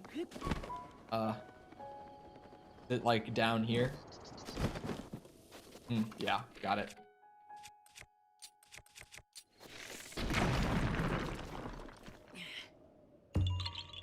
Oh yeah, I was gonna check. I still have like my weather app on my phone still has Orlando in it. It is 81 degrees where I lived in Florida right now. 22 here, it's 81 there. God, I'm glad I'm not there. Like, the fact that Orlando summers are like 80 degrees and 61% humidity with no wind, like 2-mile-per-hour wind. Like, that's not winter. That's just gross. Like, that's the cold part of the year. Florida weather's terrible, though. Like, especially, well, okay. Coastal Florida can be so nice. Central Florida is fucking gross. It is the swamp. Like, in every genuine sense of the word. You're living in a swamp when you live in Central Florida. It's so gross. Because it's all, like, marshlands in, like, rural Central Florida. Like, Orlando itself is surrounded by just, like, marshlands. I lived in coastal Florida, and it was just as gross. Yeah, it's definitely, like, it still has its unpleasant days if you're coastal. But Central is where it's just, ugh. Like, suffocating moisture when you walk outside some days. Like, that kind of feeling where you step outside your front door, and it feels like the water molecules in the air are just, like, sticking to your skin, sort of thing. Like, you feel wet when you're just standing outside. Central Florida's gross. Hated the weather there. Huh. Like, coastal Florida has those days, but Central, it's a lot more consistent just because, like I said, the marsh, the swamp, all around you. It's, ugh, nasty.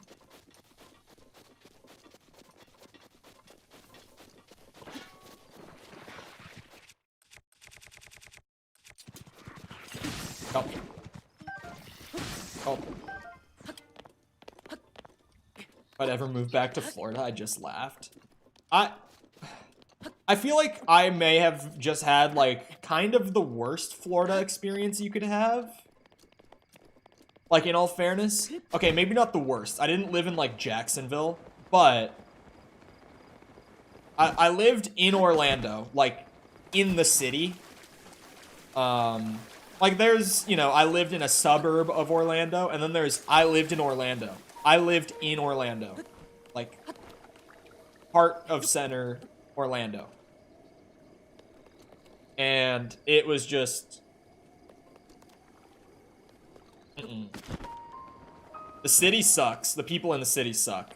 It's really just the people in the city that are terrible. And also, I don't like living in the middle of one of the busiest cities in the country. That's not relaxing or enjoyable at the end of a long day or at the beginning of a really shitty Monday. Like one of those Mondays where it's like this week is gonna be awful sort of Monday. There's no relaxation there because there's just so much hustle and bustle all around you. Even like my first apartment, I lived like on a main road, like literally just on the side of it in my apartment complex. So all night it would just be like super loud muscle cars flying by, like sirens, like police siren, ambulance, fire truck, just constant. I lived right next to a Wawa, like right outside my window was a Wawa.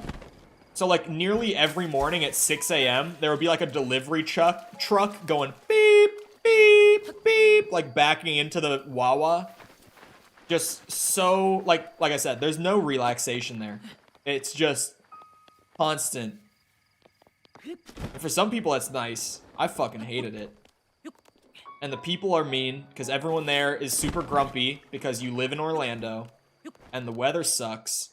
And I was doing full-time school, and also trying to work on the side of that. I was doing full-time accelerated school. Saying full-time school is kind of underselling the amount of time that I spent doing schoolwork while I was there. I worked on full game dev for a few months while I was there. I just... overall, I personally had an absolutely miserable Florida experience. I think I'm looking at the wrong tree. Oh no, I'm looking at the right tree. It should be like right around here. It's one with a trail on it. It looks like it should start in these rocks.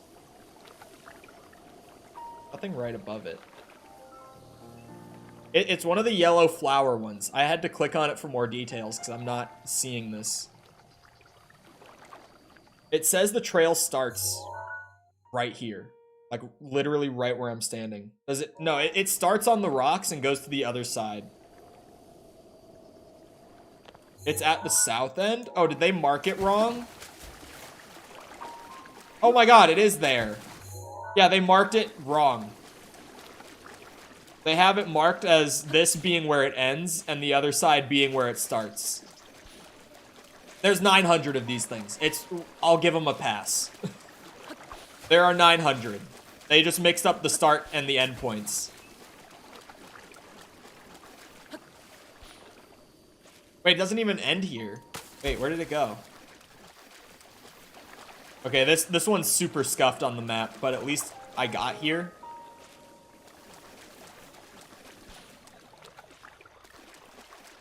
Florida's something. Certainly something. I don't think I would move back to Florida. Yep. I tried to scoot up to my desk because I realized I was getting a little far back again. As I tend to do, I kind of scoot back progressively when I sit here for a long time. I tried to scoot back in and my armrest just slammed my desk and I was waiting for either my camera or my light to fall. Sure enough, my light fell.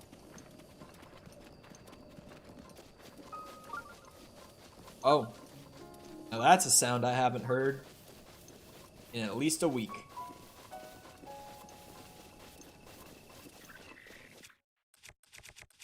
You know what? Take it, bitch! The way that it flung him off the horse was beautiful. Oh my god, why did they make you so tanky?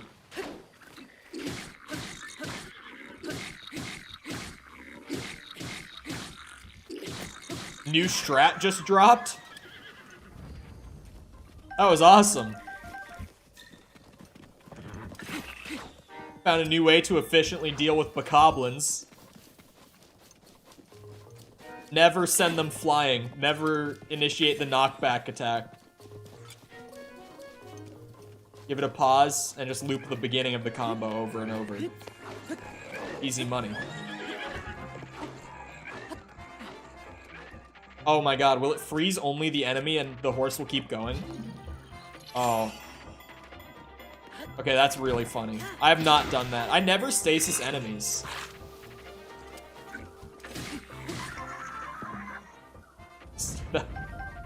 That is actually pretty funny. Oh, this sounds like one that flies around. I like these ones. Ones where you just have to catch the little sparkling trail. Those ones are good. I like those. Check that off. Where's the shrine? It beeped a little bit. I probably got like generally close to one. Do I have shrines turned on my map right now? Okay, I do. As I'm clearing this, I'll start getting shrines here at the end.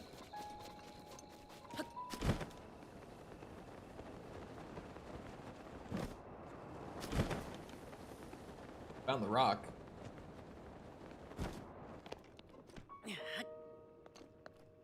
Bring this, but fuck off! Don't do it. Just let me do this, please. Give me a second. Damn it.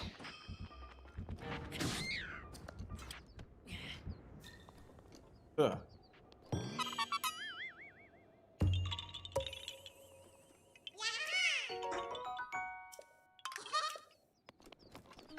Those, give me those, give me those. Okay. So there's a Korok up by this shrine that I didn't get. We'll go back up there for that. But then it looks like there's a shrine underneath right here. There's a Korok here. There's a couple way up over here.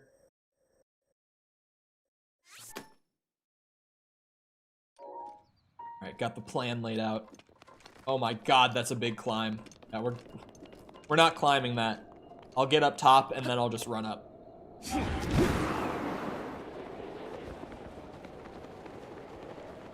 feel like I don't use bird power enough. Like, it is just a nice kind of shortcut ability. But I always just forget that I have it. I think because I played so long without it. One of those things where you get so used to playing a certain way that when you get a new, like, piece of the tool set, you just don't really think to use it. That's definitely a downside of me doing 100% playthrough, though. Because if I had just, like, blown through the main quest on my own, I definitely wouldn't have become so hard-coded to not use it. Yeah, that's when I use it, is when it's raining. It's fuck the rain. Where is this? What is this? Is it in the tree?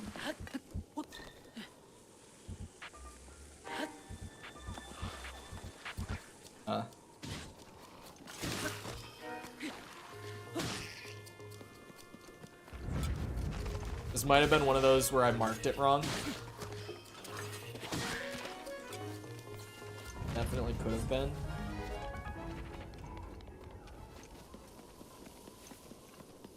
Yeah, I'm reading this one. I'm determined to get all my Koroks wrapped up today. Oh, it's just below, like, the cliff up here. There's a little ledge with it. There it is. Wait, no, that's an egg. That's not the right one. Hold on. So there's a few little cliffs. I think that's the one. That one there. Saw it. Yeah, there it is. That's super cheeky, man. Some of these are just like, dude, whoever found these, and I wonder how many people do you think, like, for Zelda Dungeon? Because that's, as far as I can tell, the biggest Zelda wiki. How many people do you think collectively they had just, like, searching for any and everything when this game came out and marking it on the map? Because I've seen, I saw a comment on, like, the page where they originally posted the map. Because when I Google searched it, it brought me there. And someone was just like, wow, the game has only been out for, like, 2 weeks. How do you guys already have this pulled together? Oh, they used the Nintendo guide? Does Nintendo still sell, like, strategy guides for their games? I thought those were a relic of the past. Oh god, this one's a quest.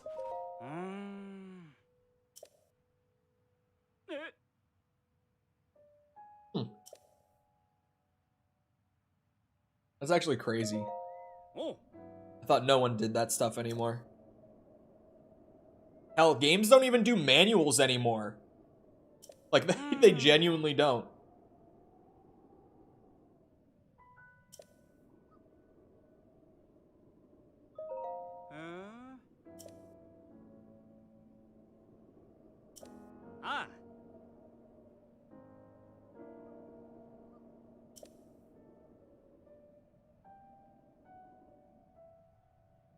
Shrine quest.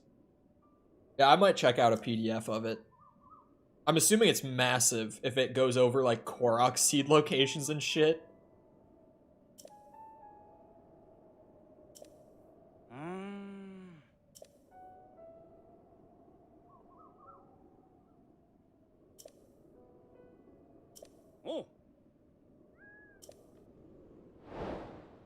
So I'm supposed to find other pieces of that.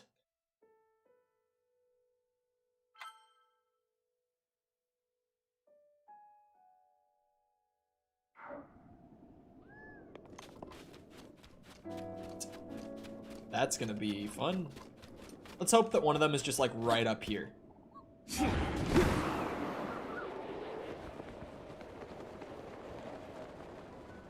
If they glow at night like that one does, then it's kind of just more like a small blue glow on the text, I guess. Or maybe the whole thing glows. I don't know. Said that one should be around here. He also said it was an earthquake. So the odds of one of the pieces having come up here would have to be pretty low. But then it's like, I don't know where they would have gone if this guy's not able to find them.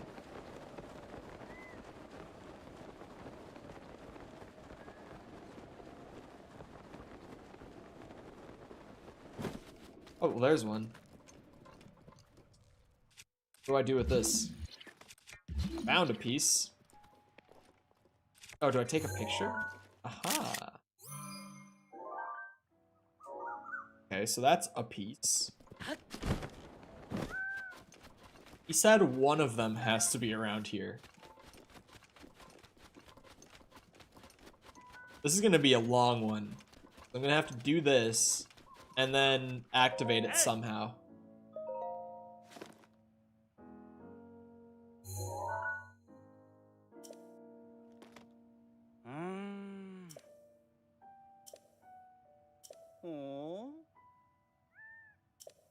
Oh. Okay, thanks for the hint. I would not have found that. I would not have started looking in the water. That is crazy talk.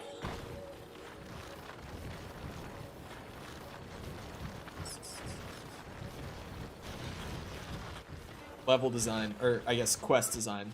Not necessarily level design in this case. That one's over there. One over there. They're gonna make like a triangle. Them's gonna be over to the right-hand side, looking the way I am.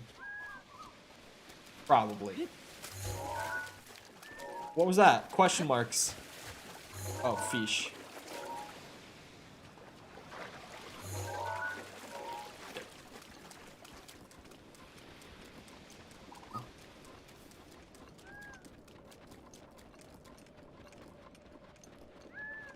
Maybe one will be over here. Maybe they got pulled in the same direction.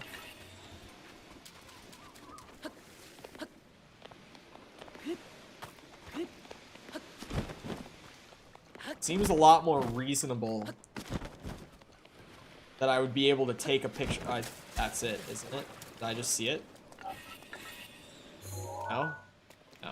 It's a why is that? That's a shadow? What's that a shadow of? Nintendo? Come on. Come on. Picture.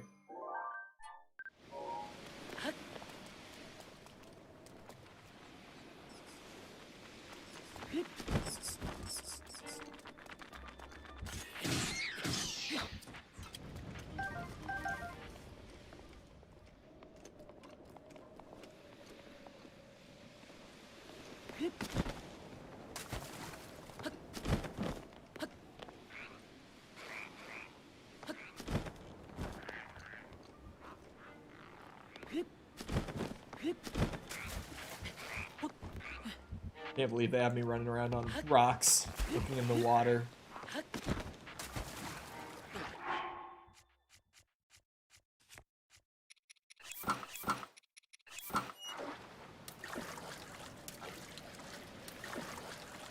Over here.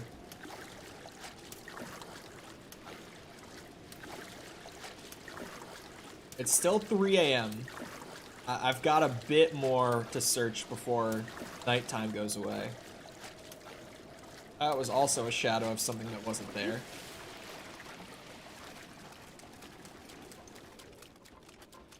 Is that the sunrise? What the fuck? Why is the sun rising? Over here. They put an enemy over here. Maybe? I thought that was it.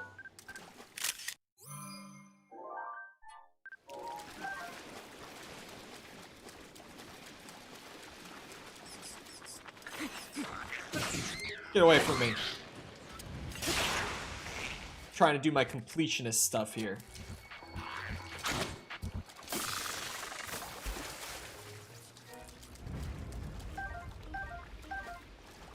Oh.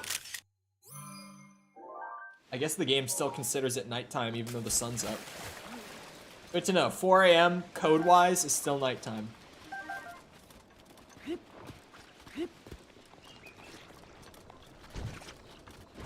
Ah, there we go. My back did not want to crack there. It seems like that's the last piece. It looks like it's broken into thirds, not quarters. I could be wrong. There could be a fourth piece to go find. I was right about the general area the first time, before I overthought it. Oh, fuck.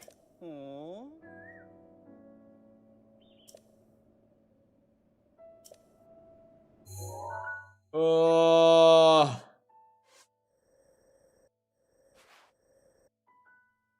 Fuck off!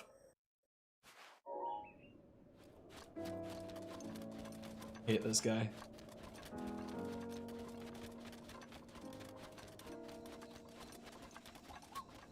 Ay.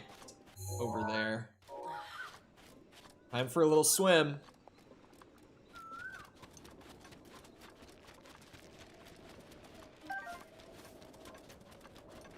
When's the Ganon fight? I'm trying to get all of the 900 Koroks done today. And the last 4 shrines.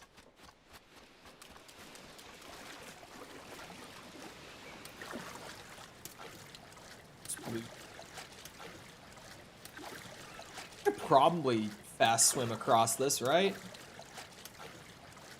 Definitely can do it. Oh yeah, I'm looking at the map. I can do it this way. Rivali's Gale is now ready. The set bonus on this just pretty much makes it so that you can infinitely dash.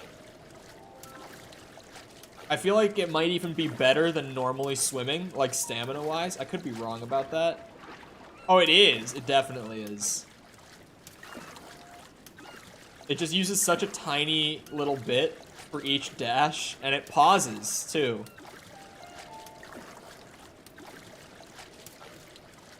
This is great. This is the best set bonus in the game. Makes it so I can actually swim across quickly, and it makes it the better option.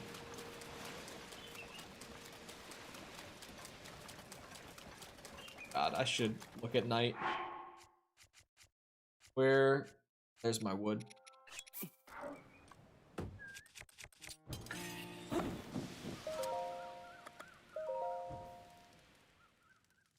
I'll find this last piece. Then I'll fast swim back across like a boss.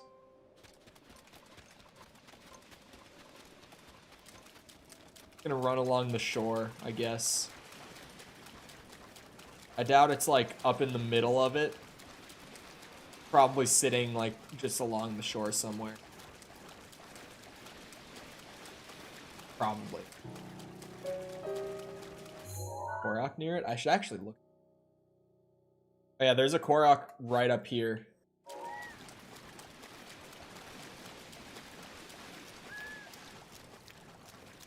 Is it just under that rock?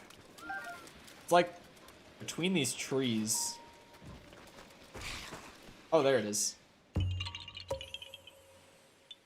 Extra Korok along the way. Glad that you said it, because I would not have lifted that rock. Efficiency.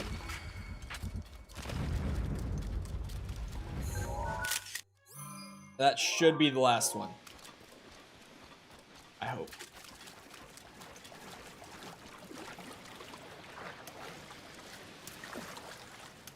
Now I just fast swim back across.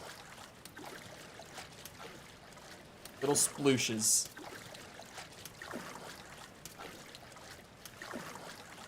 GTA is W. I love GTA. Like, I think Red Dead 2 is my favorite Rockstar game, but GTA 5 is probably my close second. Like, it's not very far behind. I love them for different reasons, though. Like, GTA is a lot more arcadey. RDR2 feels a lot more like an experience than a game, if that makes sense. I think RDR2 is probably, no, RDR2 is one of the most immersive games I've ever played. It's not the most immersive. I would put, like, the Stalker games, I would say those are more immersive. I would say Metro Exodus is more immersive, but it's one of the most immersive games I've ever played. It feels more like an experience than a game. The driving was bad in GTA. Like, GTA has not had a game with good driving yet. But there's, like, a community of people out there who say that GTA 5 has, like, the best driving in video games. And I think those people are fucking crazy. Because you can definitely, like, be good at driving in GTA 5 once you're used to it. But when you first start playing GTA 5, the driving feels awful. Like, it's really hard to get used to it. It doesn't feel natural.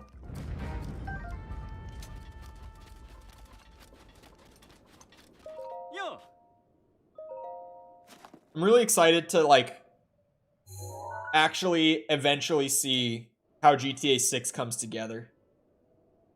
So I said it before, I'll say it again. Rockstar has that history of, like, they consistently one-up their previous game. So if they could one-up Red Dead 2, I'm gonna be a very happy customer.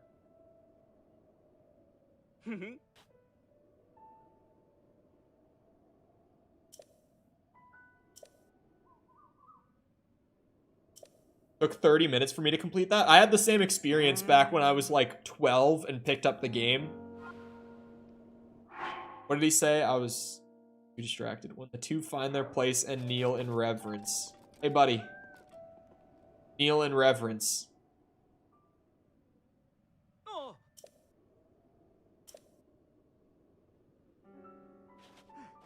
Come on now.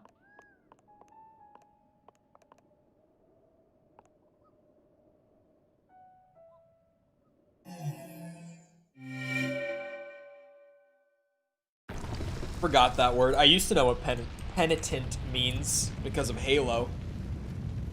Ah, yes. There it is.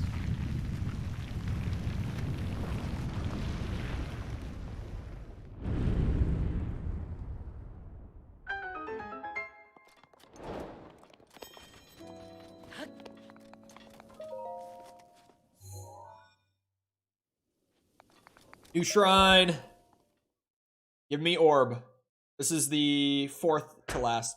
Oh, we have 850 Koroks. There's a flat 50 Koroks left. There's only 50 left. I'm doing the Koroks today. They're done today. Oh, Indiana Jones. I need to watch the Indiana Jones movies again. Before the new one. I should probably go see the new one, right? Right? Probably. Thankfully, there's movies coming out that I want to go see again. Like, thank God, because from, like, 2020 up through this year, there really weren't many movies that I wanted to go see in theaters.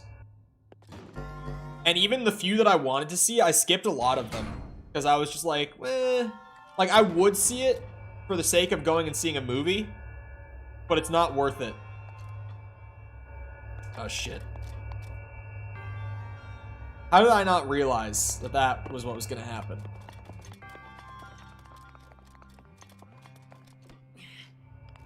Taking this with me.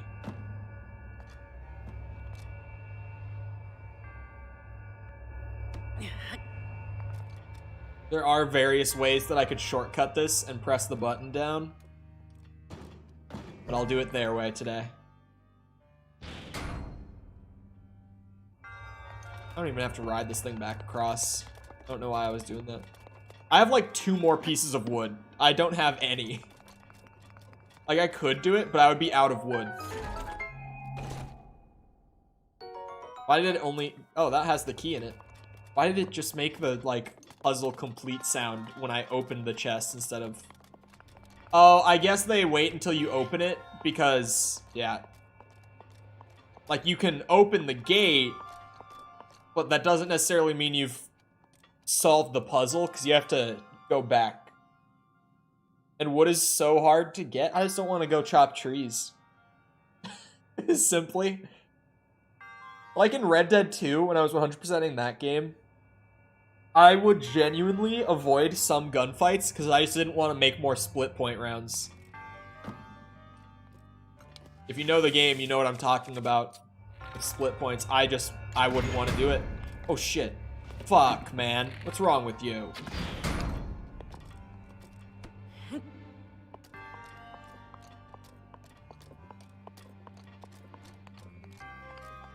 I go my whole way up.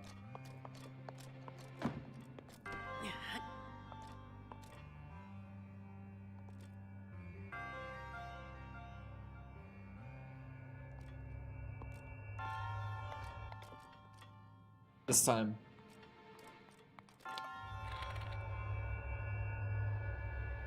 Oh, I'm gonna have to shoot it again. Shit. I didn't notice that one before.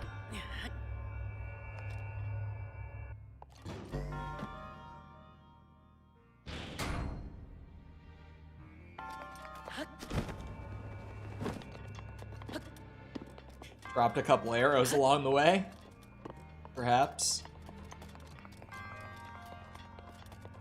It's in this chest. I love that it plays the sound when you open the chest rather than... Like, again, it makes sense, but it just feels so awkward compared to the rest of the shrines and when they would play that sound. It's only funny and noticeable because it's different from the rest.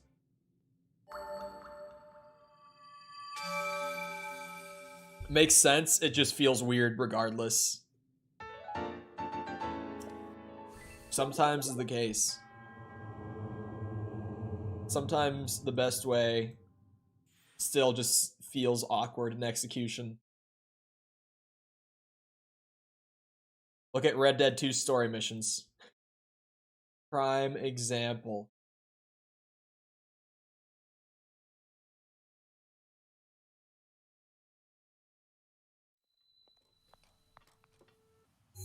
My buddies are talking about cars. I was like, what is this Discord? I had a bunch of Discord notifications and they're in a group chat talking about cars. One of my buddies is trading his car. He has such a nice car and he's trading it. I don't know why. I would drive that car until it shits the bed. I'm gonna drive my car until it shits the bed. Like, until my car won't drive, I'm driving it. Until it gets to that point, not that it won't drive, but once it gets to that point of like, it's more expensive to fix my car than to buy a new one, then I'll get rid of it. But really, it's like, as long as I can reasonably drive that thing, I'm going to drive it. My first car, and it's a good one. He's trading out his car. He hasn't really had that long. Don't know why. Buy a Lamborghini. Well, one of my buddies is a big Subaru guy. Like, he owns a he's on his second Subaru. And he told him to get a Subi. And he was just like, nope, no Subis. And then one of my other buddies was like, yeah, fuck Subarus. And now they're all just talking cars.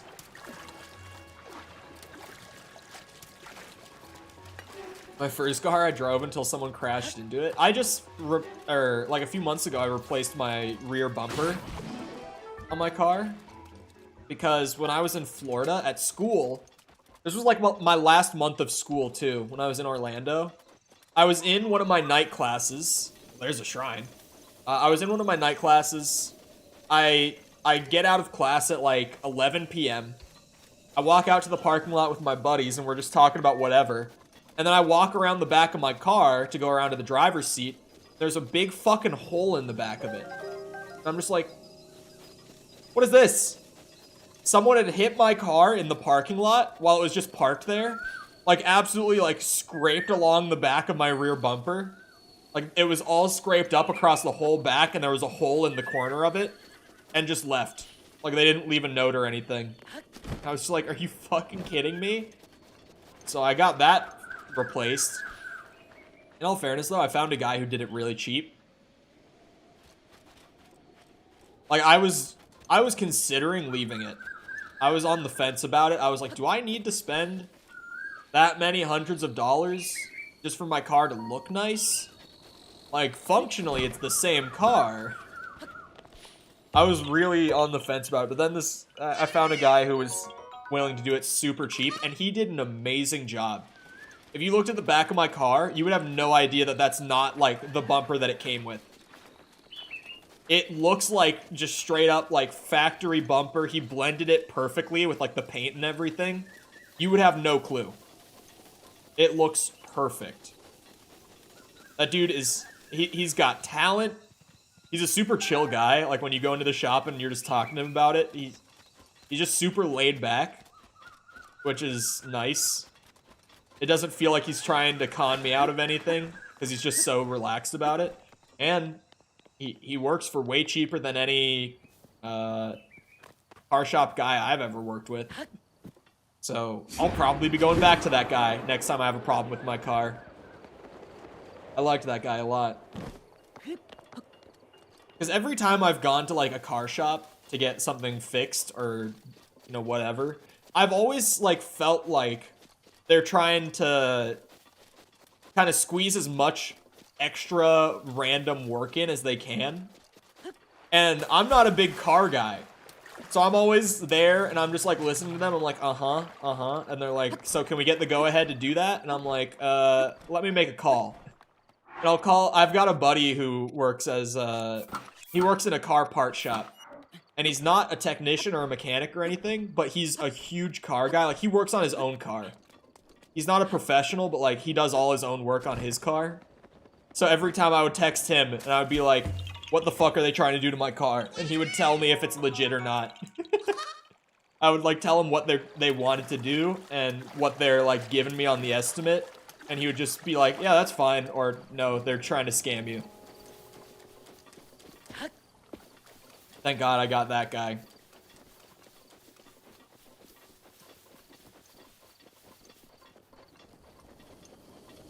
That's 850 I think? I don't know. I've lost count already. I had, like, a flat 850. It would not have been hard to count out every single one for the rest of them. Going off of such an easy number to remember leaving the shrine. But I've already, like, I don't know how many I've gotten. I think I've only gotten 3. I'll just start counting from there. I think that was 853. So I'll count this one, assuming it's 854.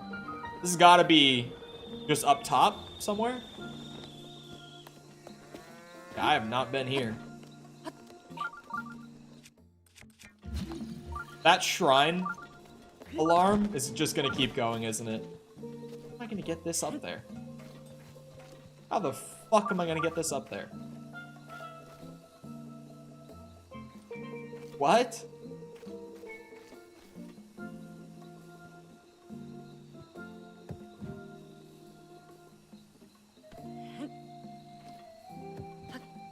What? This is the one that I've heard about? This one? Wait, oh, it's a Gamba? This is like Ocarina of Time.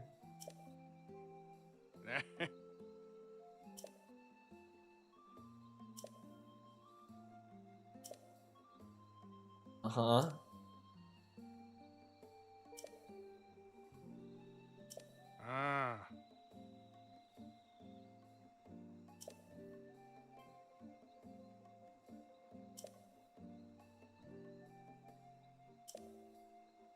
How much are you asking for? Oh.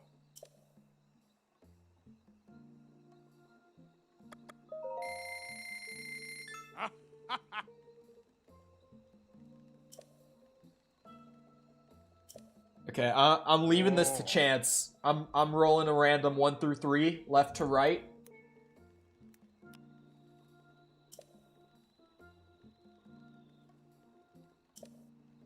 I'm leaving this to chance.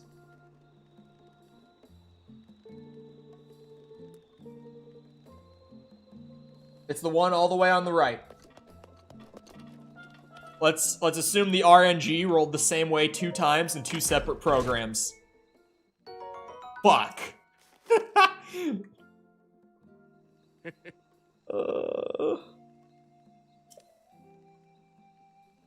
Nope. Nope, I'm good.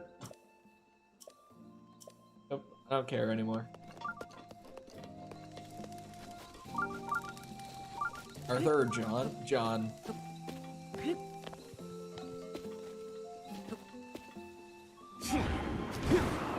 Oh, that doesn't work.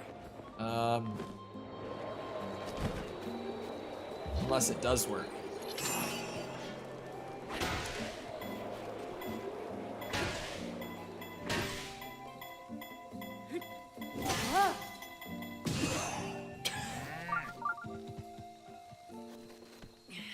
How? There's no way in hell I'm gonna figure this out.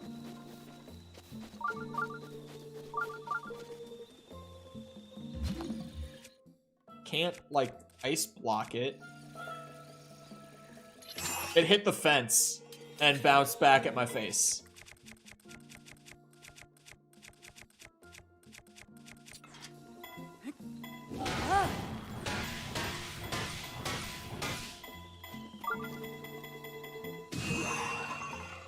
What? Am I actually just supposed to essentially golf it up there? That is so fucked. That's so not okay.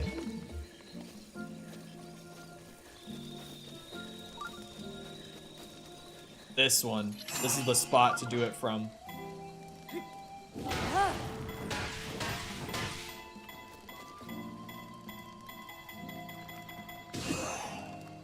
Oh.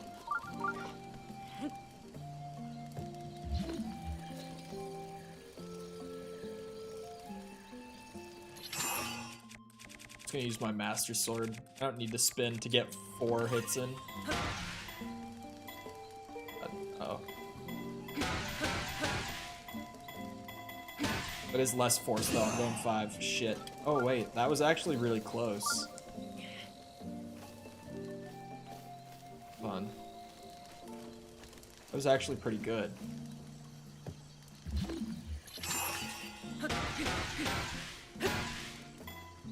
Just a little bit.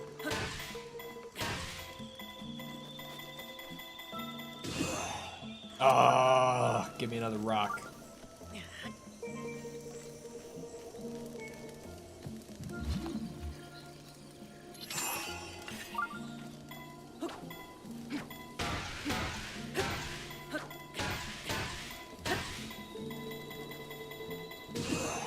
No!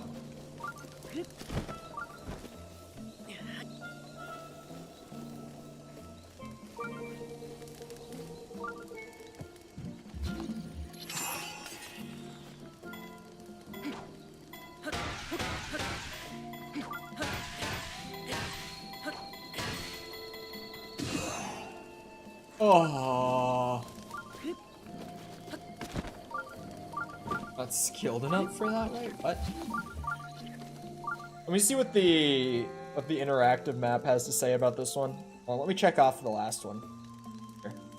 What does it have to say? It's gonna be difficult. Difficult. Click above if you need assistance for this seed. Oh god. Okay.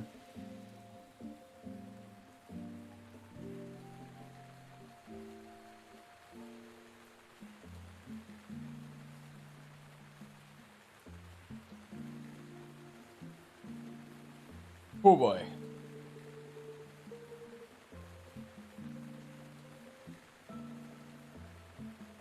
Oh. Oh. That's a method. Okay, hold on. This is actually a crazy method. I like this one, though. This sounds like the way that I'm actually going to be able to do.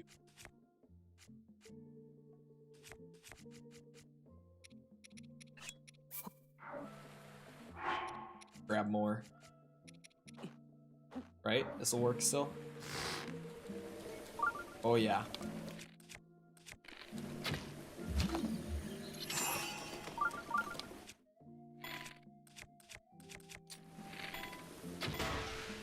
What?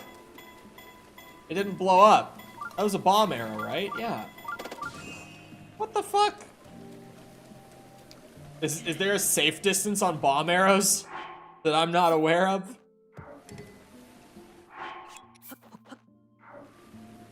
Oh, rain. God damn it. Okay, I'll go back to this one. I have like a spear.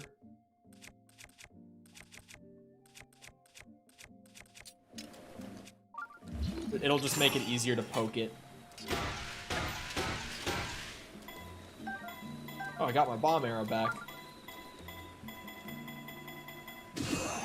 Oh, that was a bad attempt. Let me go back to the other side. Because if I am going to try to, like, send it flying up there with stasis, this is a good angle to do it from.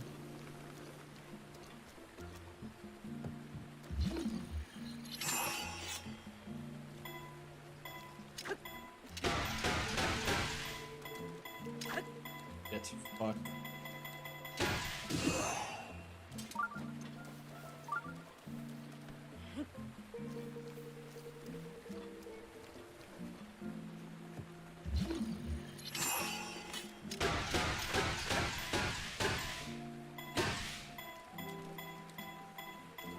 Might be too much.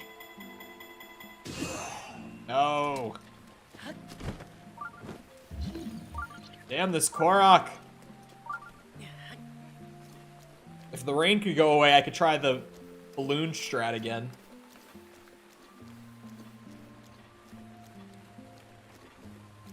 Now this is what I have to do.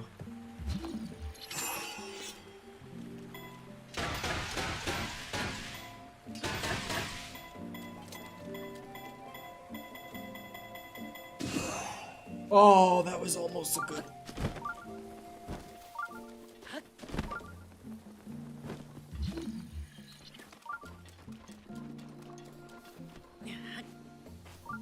Try the balloon method.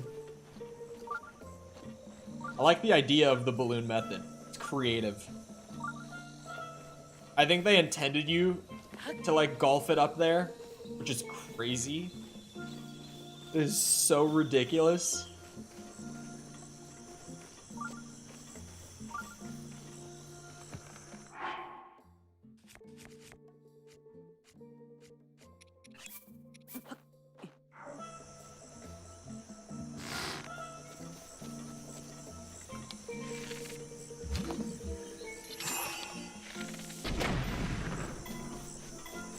Please work.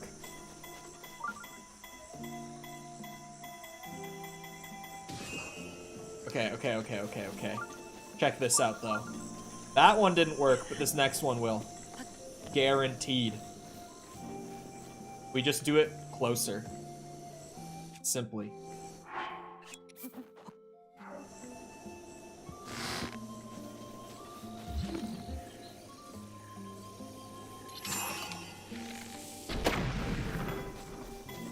It might not have gone high enough. I might have fucked this one up. That angle made it look like it was higher than it was. Damn it. Really doesn't need much push this way.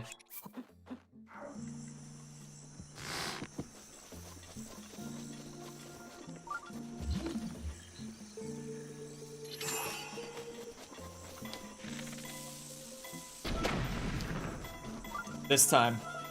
This time! Yes! Let's go!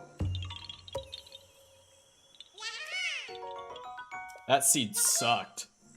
That one was terrible. Yeah, that one was bad. Got it. Well, it's done.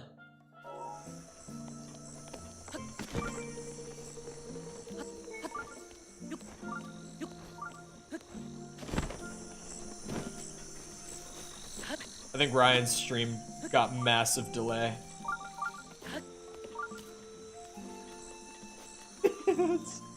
Or the messages are just weirdly, like, all coming through now.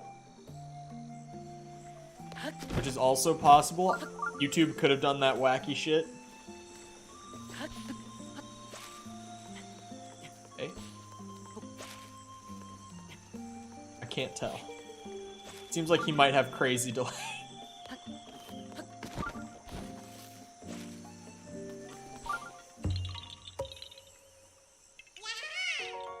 Another Korok. We'll just run up to that shrine and get it done. Like that one, I don't need the map to find. This will be the third last shrine of the 100%. Shrine number 118. Here I come. This will also tell me the exact Korok count so I can start counting them out. I think I'm at 855 now. That one took a bit. Longer than expected, definitely. Yeah, he's gotta be.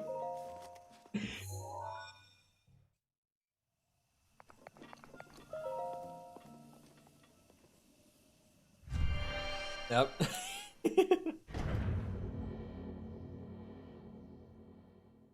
Yeah, 855 total. That makes sense.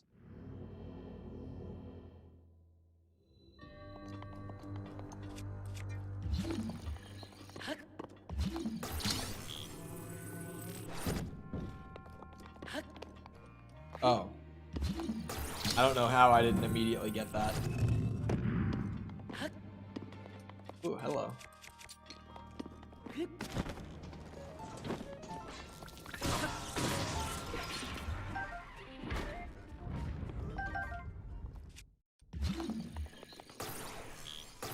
Shit. What's in it? Yep.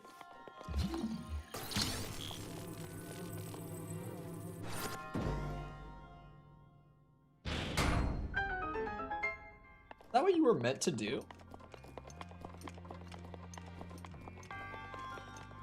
I think it was. I can't say for sure. That chest back. Because normally the optional chests don't give you, what's it called? Like weapons and stuff.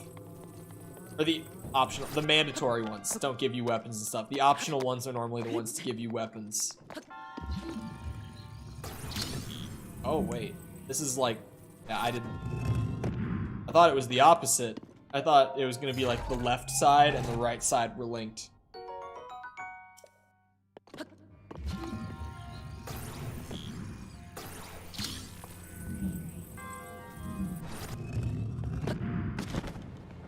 Let me climb it. Yes, thank you. I didn't think it was gonna let me up.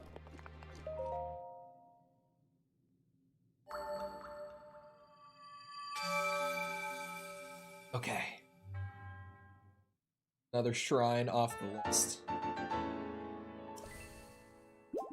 There's a bit of cleanup to do.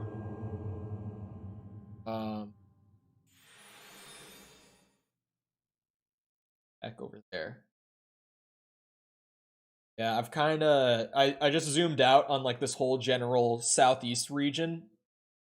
The path I've taken is a little sloppy, little unorganized. So there's generally going to be a bit of cleanup here. Wait, I have that one. I didn't think I... Oh, wait, I have that one? Oh, might be easier than I thought. Korok here, though, still to go get. And here, mark a bunch of them. One, like, that circle.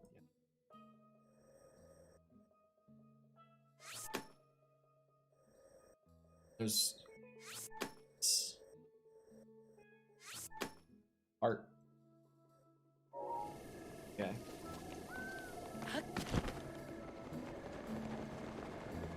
I should probably be wearing my swimming.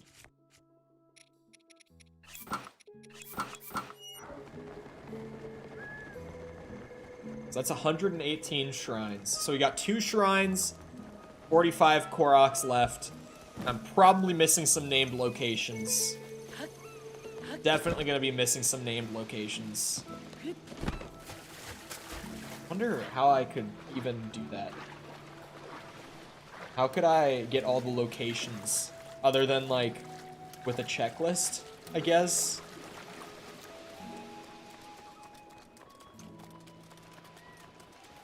Don't know. Bridges are named. I could use the interactive map and just scroll it around and be like, do I have everything? But that's super inconvenient, and I'm still gonna miss stuff doing that.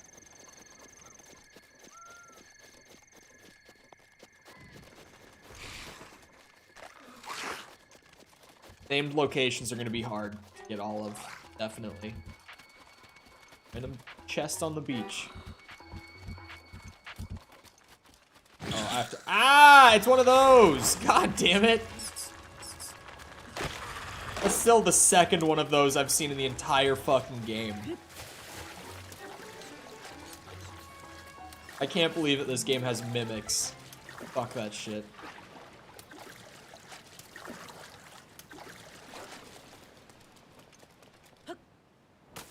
Easy.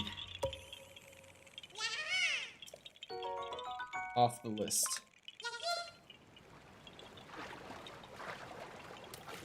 Oh, the monster shop is here.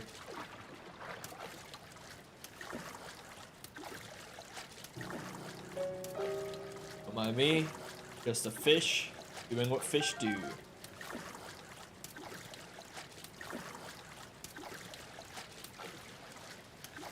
Never seen a manned fish swim through the beach shores before?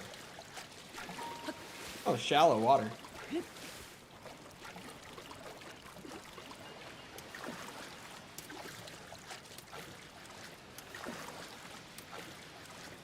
All the way.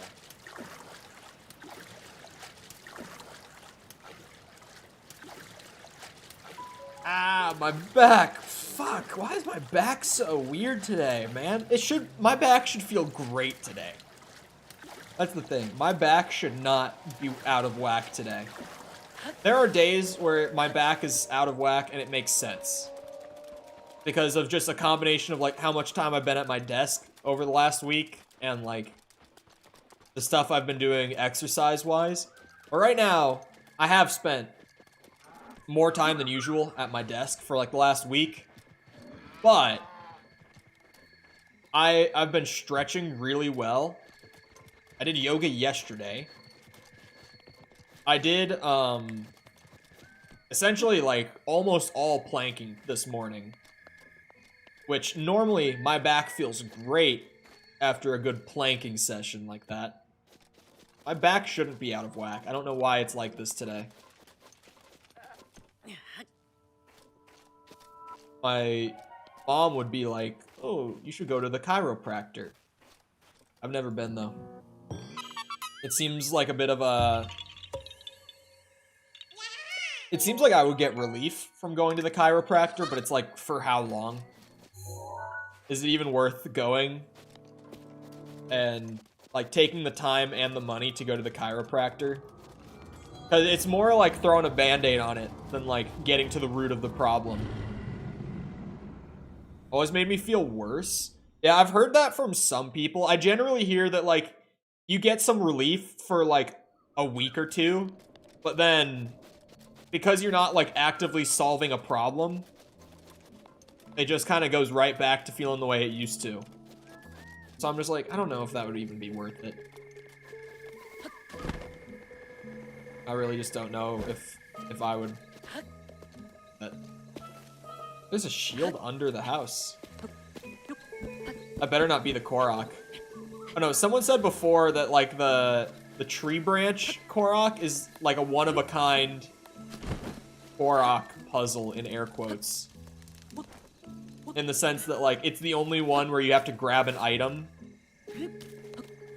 and it just gives you the seed. At least if I interpreted that right. Unless you guys literally meant it is the only Korok where you have to grab... Oh, no, there it is. Oh, I had to grab the fruits at the top of the tree for that one, didn't I? Okay, so it's... How is it that I have almost every single Korok in the game? And only 2 of them have been like that, where it's like you have to grab an item that you would normally grab anyway, and it just gives you a Korok randomly. So I guess that's the only one where you literally grab a tree branch, then. It's my climbing gear. I'm about to need it.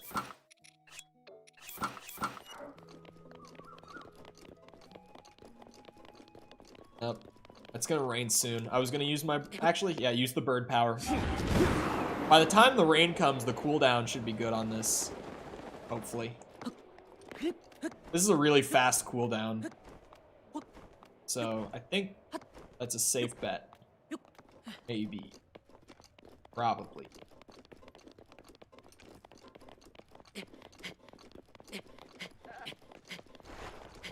And I'm just hauling ass up the side of a mountain. Link is truly built different. What the fuck is that? Looks like monster parts. Oh no, it's just plants that were weirdly hanging off the side like that. Love just sprinting up the side of a mountain. That's hilarious. Rock. Favorite kind of Korok seed. Drop it on his head. Good measure.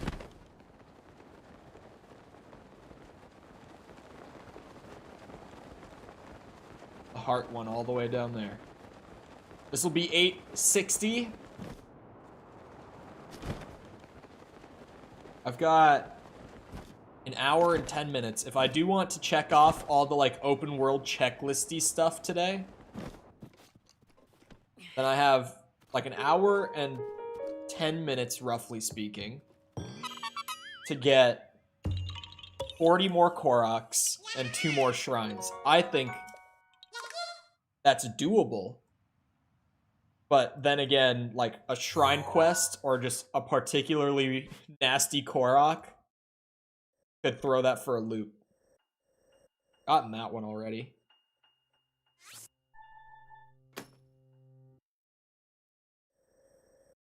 Here. Here. I can at least get very, very close. Fine.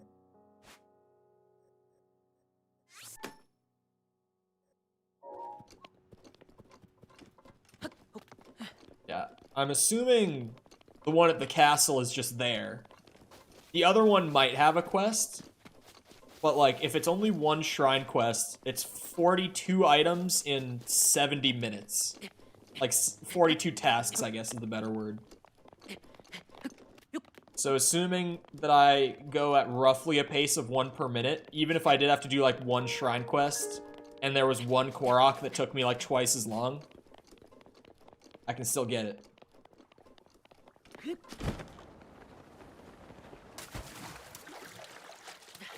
Okay. I'm at least gonna get really close if I don't do it. Like, to the point where it's basically done. Even now, like, I could stop here, and tomorrow it would be, like, an hour left. Or, not tomorrow. The next time I do Breath of the Wild, it would be, like, an hour left of open world checklisty stuff.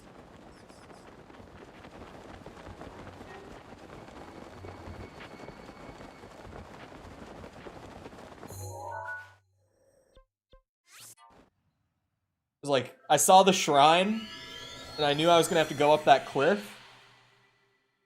Just gonna save me the pain of climbing in the rain. I saw at the bottom the rain was coming. I am not doing that. I'm not climbing that cliff in the rain for this. Nope.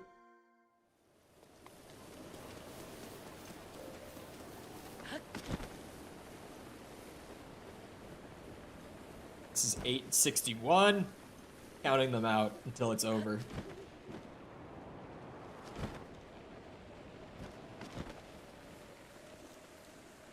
Tree one. God damn it. Climb anyway.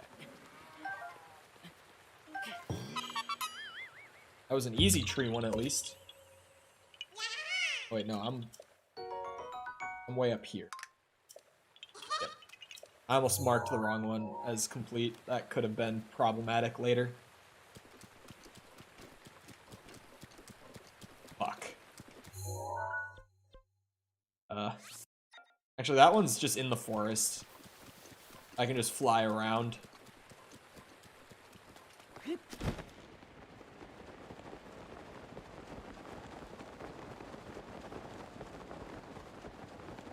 Only 39 more Korok seeds on this map. Only 39 more. This ends today. The Korok madness, at least, ends today. It still was not, like, as much of a grind as doing something like a completionist camo in a Call of Duty game or anything, but, like, fuck, this was a grind. For just one of the many things to get checked off the list for 100%. Is it grabbing this? Oh my god. Why are all of these, like, grab item Koroks so backloaded? I never saw any of these until, like, the last 125 Koroks, roughly speaking, on the entire map. How did I manage to do this to myself? Or, oh, just getting it off of that spot. Okay.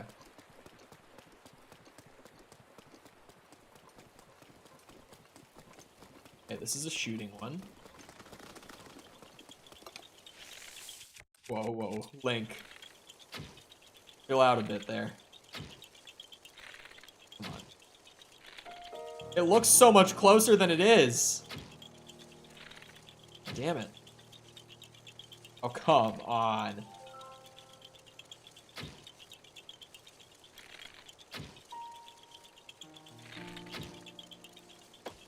There we go. Jesus.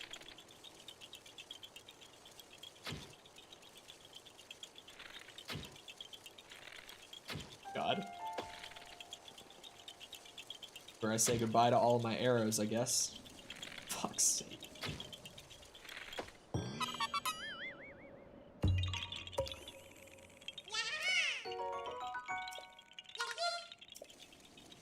Okay, that one's done. Now the red one. Yep. About to need my swimming stuff. Good. Speed running.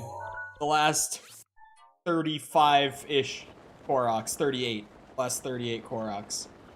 Wait, no, 37? Yeah, 37. Oh god. My ability to keep track is impeccable. 37. I think.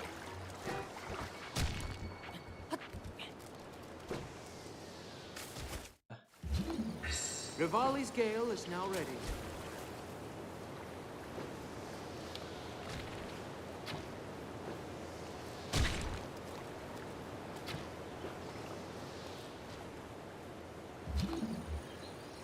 Oh, what the hell? How do I get that? Oh, I know how I get that. Pull.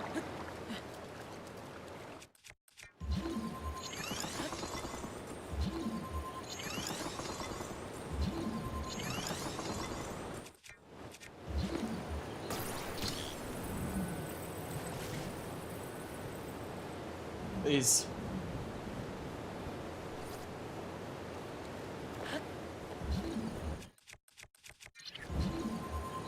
Yeah, the Octoroks drive me nuts.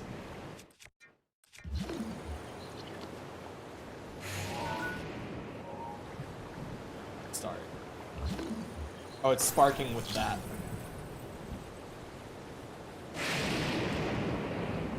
Huh? Wait a second. Oh.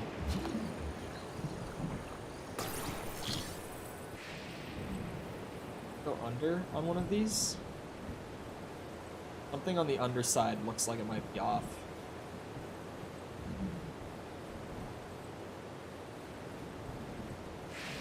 I don't know, just drag it everywhere, Link.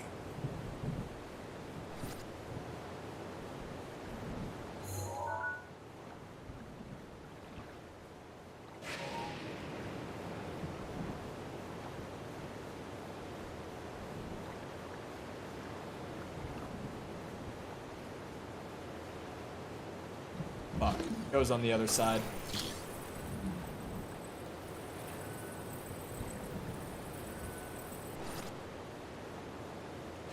Yeah, that was a fuck? That was an era of YouTube. Oh, I see what was happening. That I was not a fan of.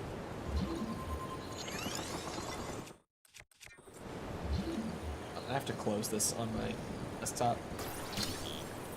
My updater for drivers is like, hey, new stuff. Focus era. It's one of these. Thank you, game. It was generous. Okay. That one. It's done. This one. Done. Time to go up the waterfall.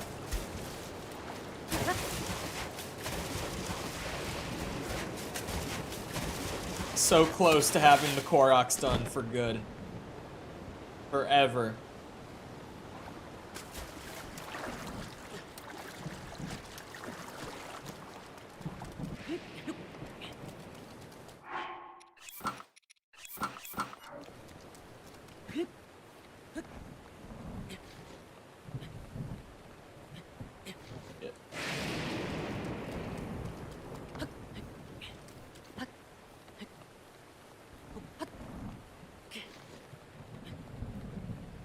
Yes, Smetzels were the best. Don't you start.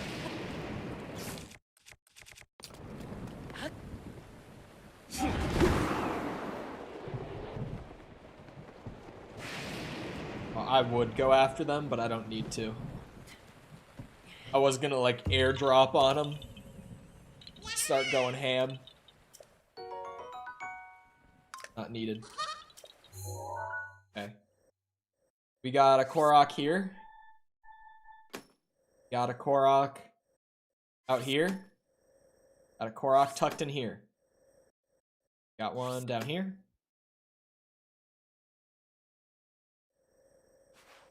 And there's not really any close to here. Then there's one over here.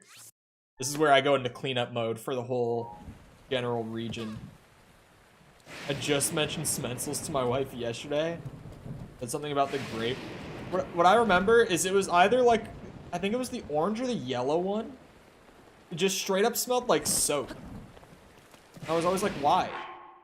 Why soap for the orange or the yellow one? It was always confusing to me. Which one was it? Oh, this one isn't. Is it a banana? There's a banana tree right behind this. Where would my bananas be? Do you want a banana? Yep. Grape was the best one. I don't remember many of them.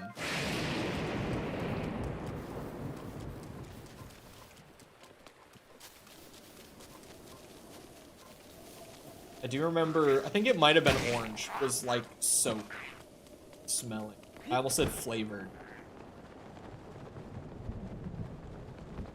I think kids would eat Smetzels. It has to have been a thing. Like, that must have been an actual hazard they had to deal with at some point, right? There's just no way they didn't have to put up with shit like that. Kids definitely ate Smetzels. There's no way they didn't. I have to have a bow equipped. I was like, why can I not shoot?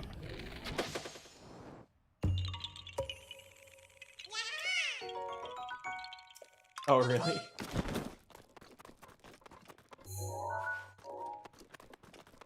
There's definitely kids out there who tried to munch down on some Smetzels. I mean, kids chew pencils anyway. Oh, sorry.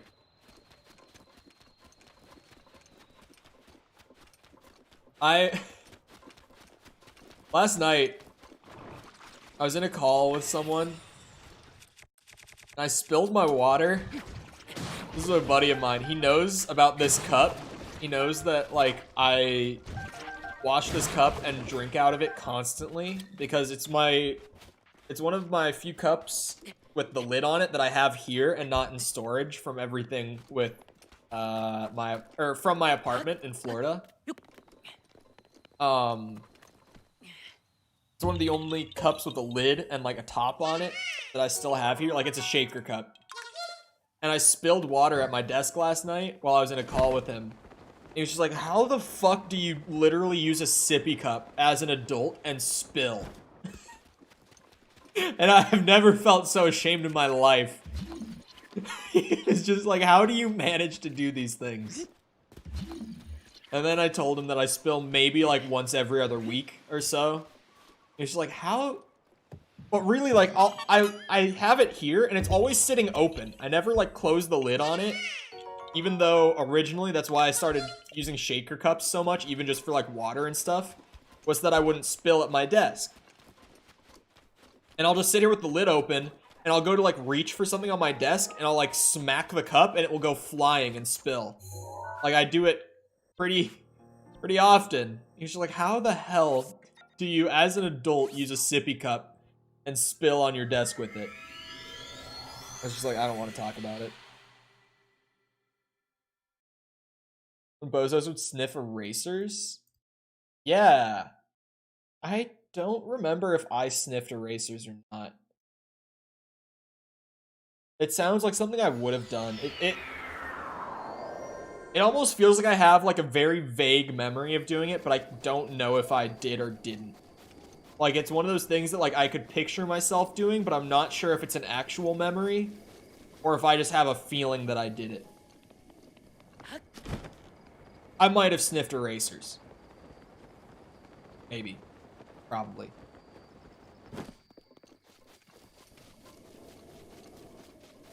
I did.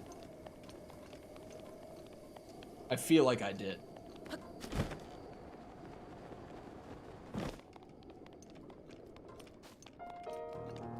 It's weird for me to even think about using like one of those big erasers like that though. For like all of high school and college, I just didn't use pencils. I like only ever used pens because they're so much nicer to write with. Like, yeah, I can't erase, but I can scribble. I mean, in college, like, you're not even doing like worksheets or anything anymore. At least nowadays. Maybe older audience members are like, what do you mean? But I never did anything like literally written on paper to turn in college. It was just all digital the entire way through. The only writing I did in college was like note taking, which I didn't do much of, in all honesty. I've been over this many times before. And I actually have a lot of these Koroks that I didn't think I had. Wait, where is this? Oh, this is this island. Oh, I have that one too. Wait. Outside of the castle, it's just this one lone Korok. And the shrine way out here. This definitely is a shrine quest. It has to be. Alright, so before the castle, one more Korok, one more shrine.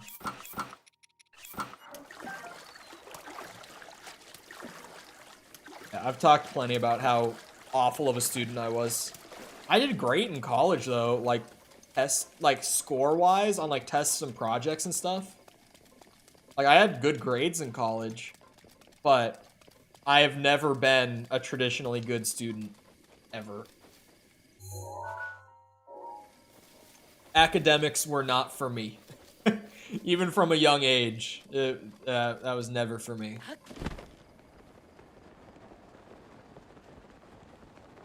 But college, for me at least, doing the accelerated shit, it's like, I didn't have...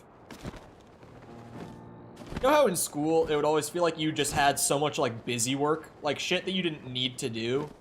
But the teachers, whether they actually had to or didn't, I don't know about how this shit works.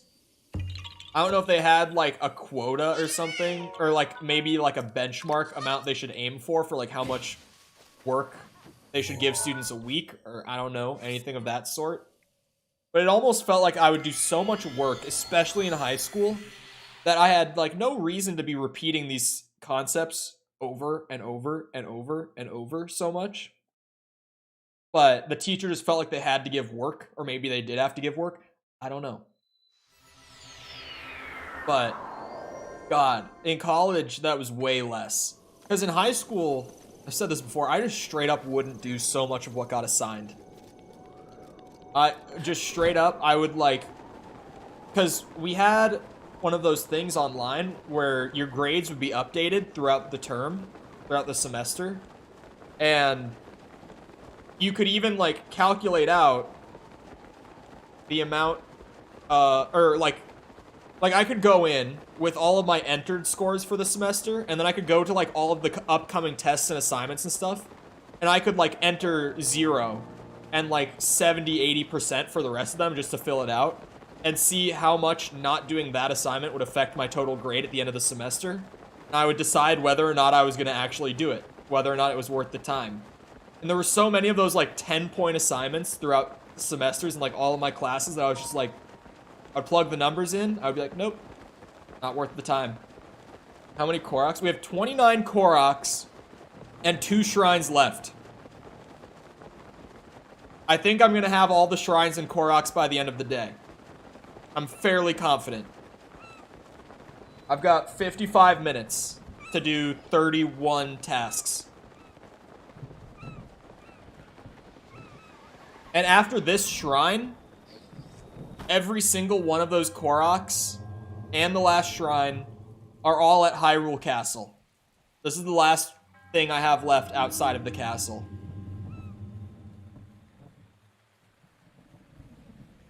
Is it gonna take all my shit?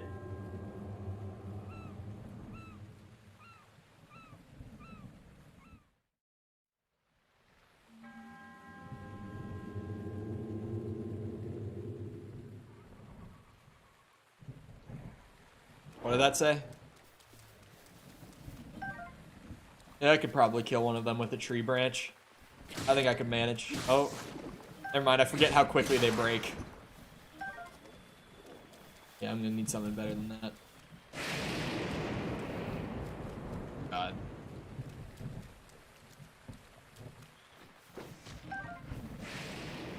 You know what I could do? Oh, here. I can use this, right? Oh, yeah, this is easy. I got this. It's a cake. Oh, fuck! I got the item.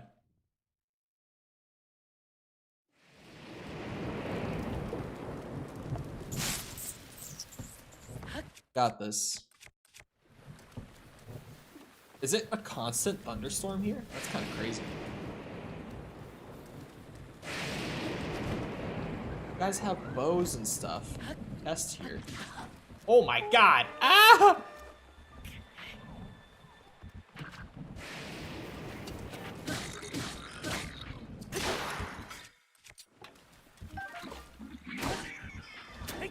See, this is a constant game of trading up.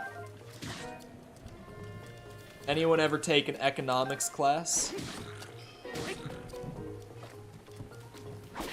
Hopefully everyone answered yes to that question.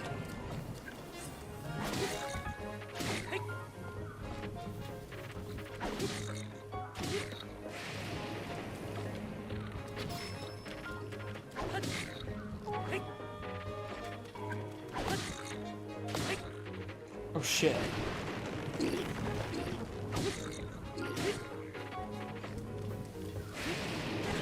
Ah! Keep shooting at me. I got Mifa's grace. Can't do shit.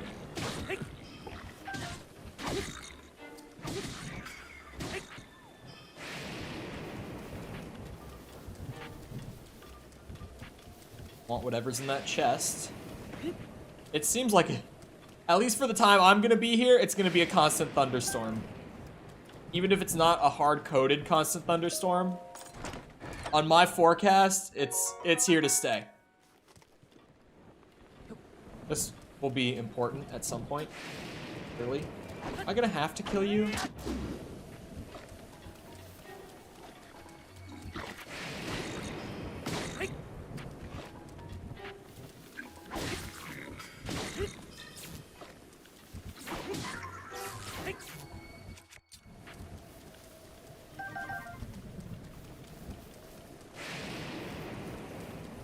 said something about the 3 orbs. I know that there's a shrine up top because I'm using the map. So I have to get each of the 3 orbs up top in a constant thunderstorm. Have a paper bag bookcase. Nah, I'm too zoomer for that one. Officially. It is my pleasure. Where did my axe go?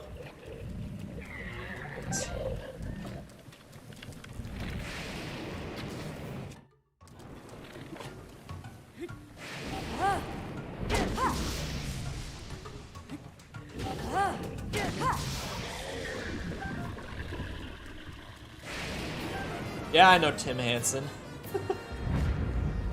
As most people in chat won't, but yes. Of course I know Tim Hansen.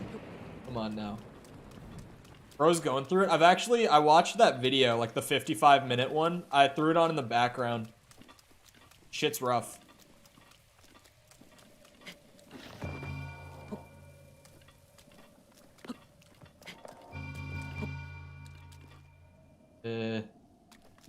Huh! Fuck. Wait, why did the storm go away? That's weird. Oh god. Is that one like extra detail, or is that a follow-up because people were freaks about it? Because I'm assuming the latter.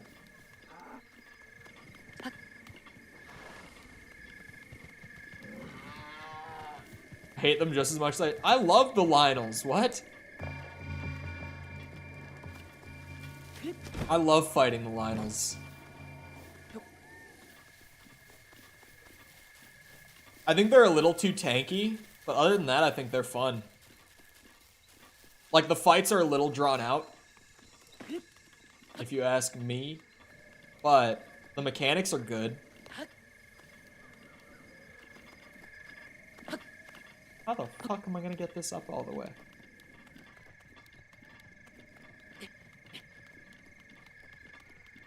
I guess just by doing this kind of thing. By zigzagging in a weird way. Fuck my orb in. Oh, you stay up here. Thank you. Oh, god damn it.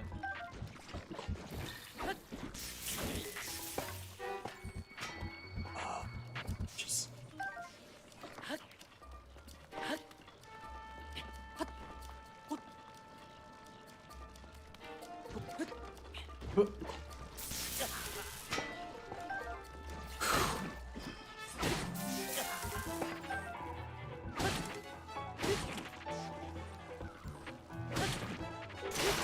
Huh.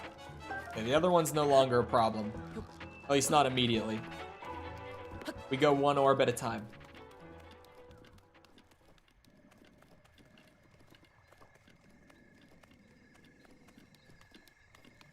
Definitely not getting up that way. There's something I seem to be missing with getting these up to the top. But it seems possible to do it this way. At least vaguely. Yeah, no, that's where the dream dies. Nope, it's not possible to do. What am I supposed to do? Am I supposed to toss them up? No, no, no, no, no. Fuck!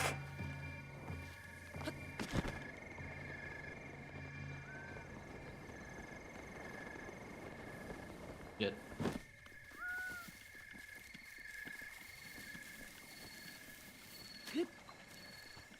Third orb is gonna be... Oh, maybe it's just up here?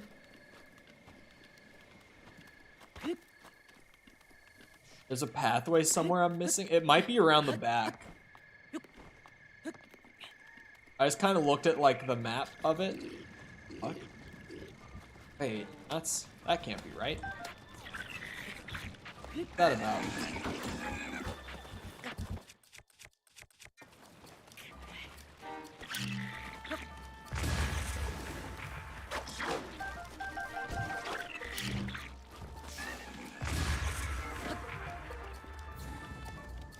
Does more damage than I thought it would. Oh, I've had this. I forgot I had this. I'm gonna save it. Fuck.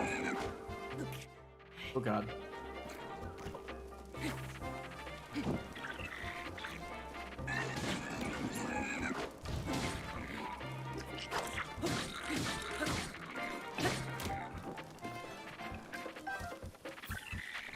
No. My spear, bitch. Get out of here.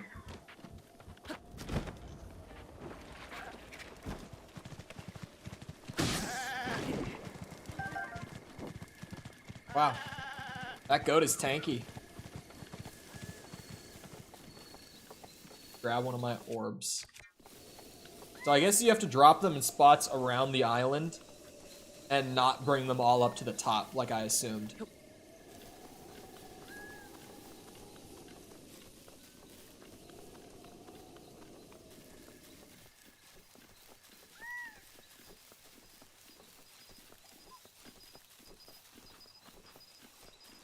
Surprised he didn't turn into meat. I thought between the spear, the explosion, and the burning that he would die, but he didn't.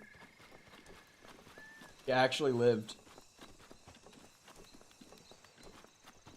Yeah, it was something about offering 3 orbs. And I figured I would bring them all to the top, where the shrine inevitably is going to be. But now that I've come across this, I see that that's not the case.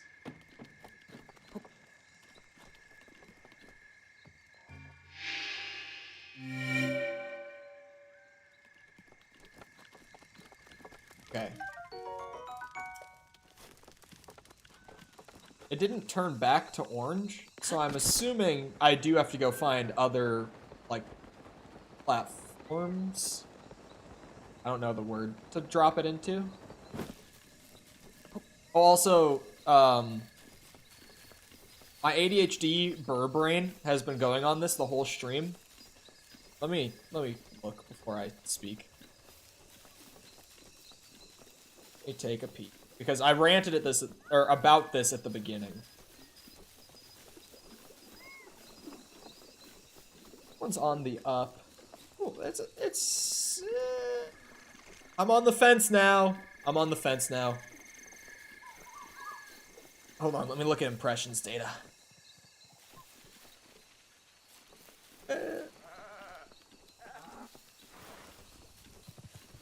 I don't want to call it early now, because that video seems to be taking a turn. I was going to say, I'm pretty convinced I'm going to do Silent Hill for videos, just to try to skirt the algorithm, or for videos, sorry, for streams, to skirt the algorithm, just killing it.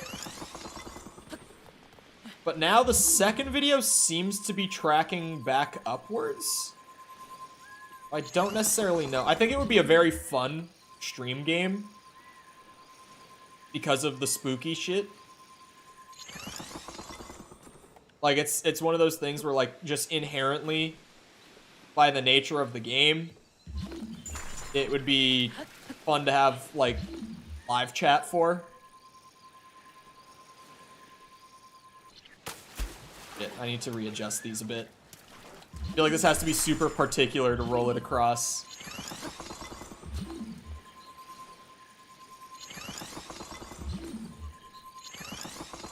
That should work. Shit. I'm a bad member? No, it's... YouTube has not been sending out the noties right for them. And I complained about this the other day, but it was definitely because of a... Oh, wait. Oh, no, this isn't magnetic? Wait, fuck. What? Uh-oh. I can push it back, right? Very slowly, yes. YouTube has been shafting them because I used the word dead in the title. Or not in the title. I did use it in the title. And in the description. I think I only doubled that keyword. I don't think I tripled that one. And I didn't intentionally double it. It just happened. Okay, so this strat's not gonna work. Oh, wait! Hold on. Don't say it. I see it. I see it.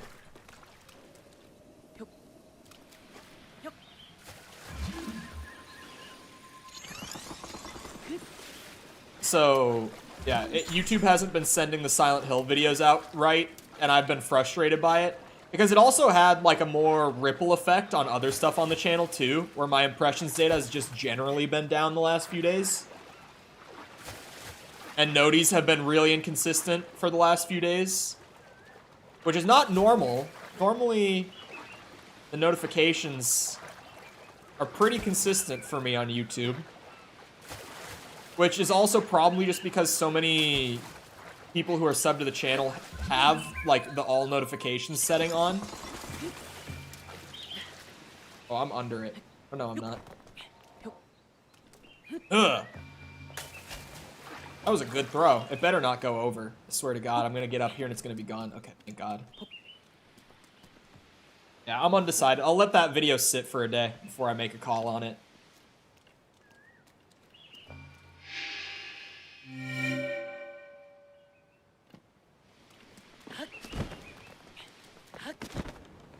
It seems to be correcting on the second one. But, yeah, in general, I also, of course, had to refresh to see this.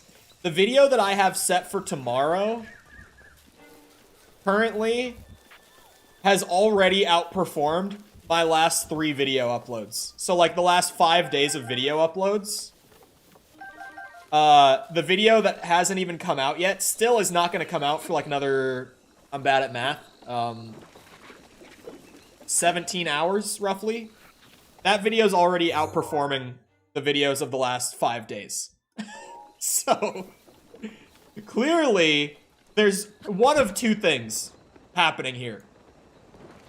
Either, A, this is just, like, the point where YouTube is starting to correct its, or, like, what happened channel-wide because of the dead keyword.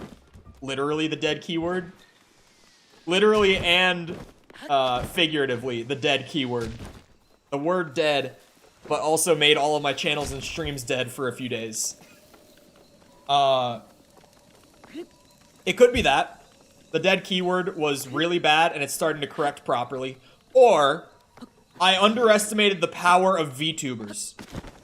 It's one or the other. One or the other. It could be that I underestimated the power of VTubers. Fully admittedly. Could be that. Just gotta be an orb and a pedestal up here then, right? Yeah, there's a pedestal at least. And yeah, I was gonna say, I wouldn't be able to carry an orb up here, which means...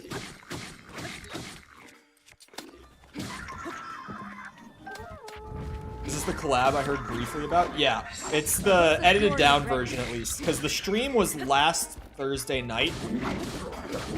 I honestly, I probably could have edited it. Well, I know I could have edited it way faster, but like I edited the last 5 days of videos, all since recording that video and being on her stream as well. So it took longer because I was just trying to like keep consistent video uploads. Full transparency, trying to keep the revenue flowing. Instead of just like pouring 5 days straight into editing one video with nothing else. Because the videos, I don't know if I've straight up said this before. I think I know why it happens. I'm pretty sure at least. I'm way too nerdy about YouTube stuff. Because I always am like, this is a weird thing I've noticed. Time to start overthinking why this is the case. But maybe that's also not the worst thing to do. I don't know. What was I even talking about? I'm not joking either. ADHD moment.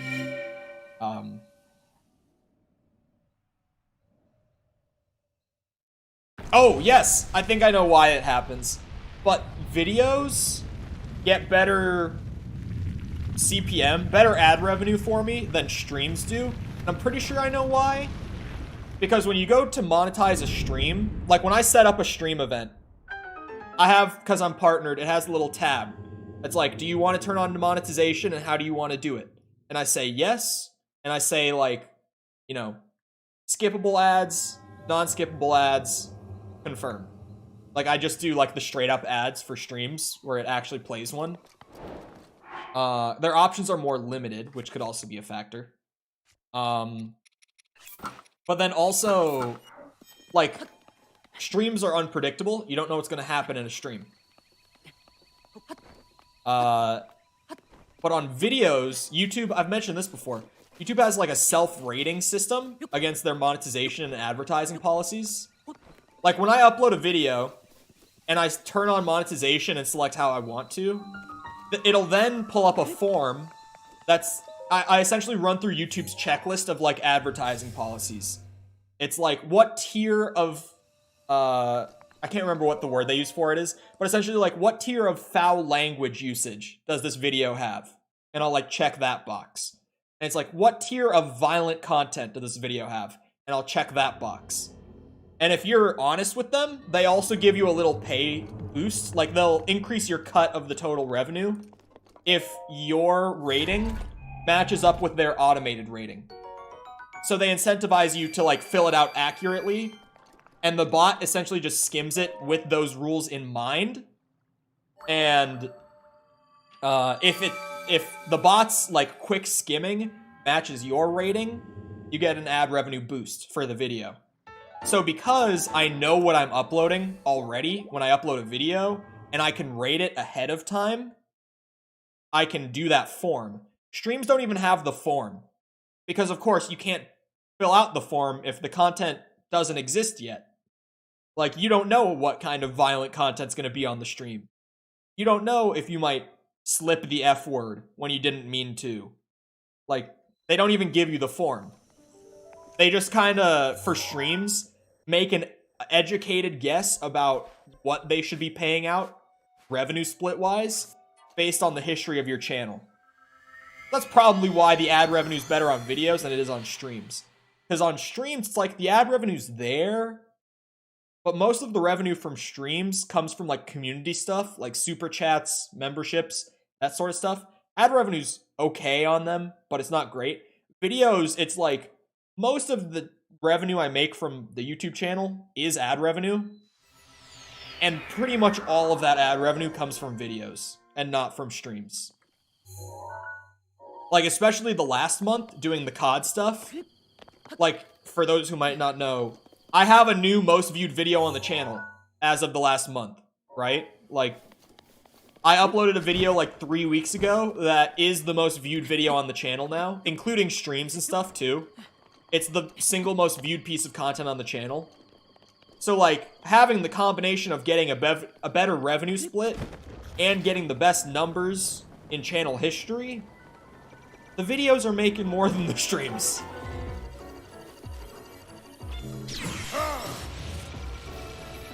Then he had a change of heart. Now he exclusively makes 2013-esque COD edits. God, the like quick scoping montages with like 30 seconds to Mars, the kill playing in it. Is that what you're talking about? 2013-esque COD edits. My fingers are getting really cold. And I've been sitting here like, why the fuck are my fingers getting so cold? I got my windows open. And it's 20 degrees Fahrenheit outside. That's the one. Is a modern age Mona Lisa. I was gonna tweet about it and say the end of an era. I was gonna tweet my two most viewed videos. That and the DIE cryo variant from D Machina, Call of Duty Cold War. It's also a COD video. But then I realized like only people from the zombies era of the channel would really get the joke. So the tweet stayed in drafts. Like, I was like, I'll think it over. And I saved it to drafts, and I never hit public on it. But it truly was, like, as soon as I saw that become the most viewed video, I was like, it's over. Because my previous most viewed video was my most viewed video for 2 years of the channel. Like, since 2020, when I uploaded it, it stayed the most viewed. So this one, like, going public and immediately becoming the most viewed on the channel, I was like, damn. It's truly the end of the zombies era now. That was the final nail in the coffin. I had one last video on the channel, one last piece of zombies content that was still my #1, and now it's gone. Well, it's #2. It's not gone, but it's, you know, not the #1. It's not the main focus anymore, so to speak. The last remaining shred of zombies era is now gone. Oh, with the Illuminati, yeah, that is what I'm thinking of. You sure were a fan of yellow text, green text thumbnails? Oh, I was terrible at thumbnails. Like, you look at those thumbnails, it's literally a screenshot from my gameplay with the text thrown on it in, like, a zombies-esque font and, like, a little drop shadow on the text itself. And that's it. Like, I would stretch the image out bigger so that the HUD in the corners of the screen wasn't visible in the thumbnail. I would just zoom it in so you couldn't see that anymore. But yeah, other than that, it was literally just like a screenshot of gameplay with text on it. Those thumbnails were shit. But like, they look fine. They look solid. But in terms of just, you know, is it the most attention-grabbing thing I could have made? Absolutely not. Those could have been way better. Such is the nature of doing YouTube. I look back on my stuff from 2 years ago. That did great for the channel at the time. And I'm just like, man, that was dog shit. I could have done that way better. If only I had known.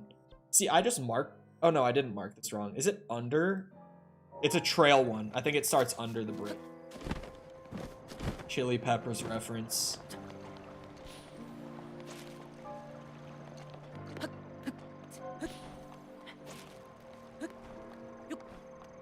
There's a lot of Koroks here. Now you get thumbnails from Tom. Tom has not made a thumbnail for the channel since like June or July or something. I've been doing all the thumbnails again. Whenever we did Resident Evil, I think that's the last thumbnail Tom did. Actually, Tom made a draft of a Spider-Man thumbnail back in August. And I just didn't use it because I liked mine more. I had already made one and I preferred mine, so I didn't use his.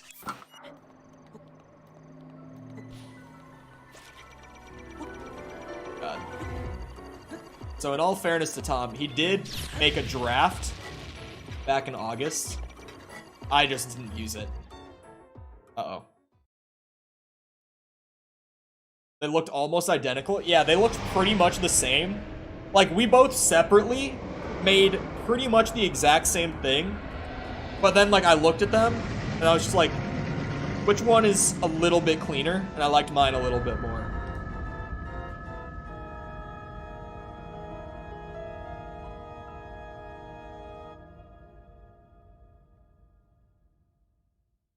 Okay.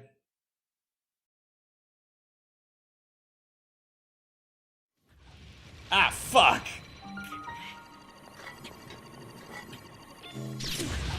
God damn it. Oh, my map. What the fuck? Shit. Love fairies. Where's like a 5-shot bow? Take this, bitch. Come back here. Putting on my armor too. The armor. Boy, that map is something. Okay, he's just gonna chill, I guess.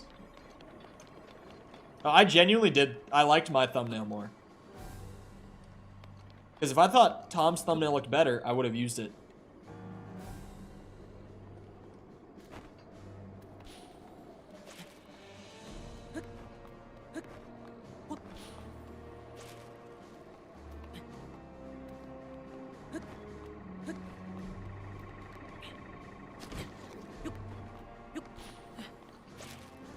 God, this one really goes all the way around, huh?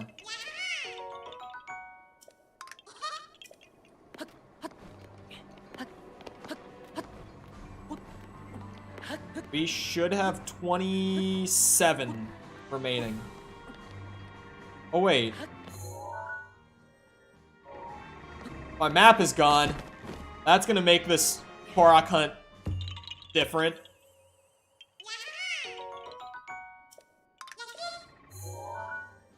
That changes things. I can't mark things or anything.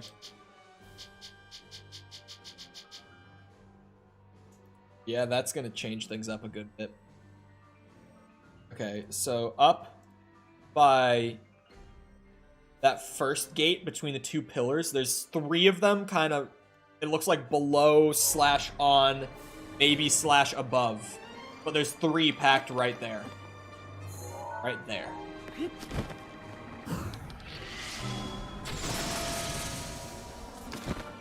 That's what I thought.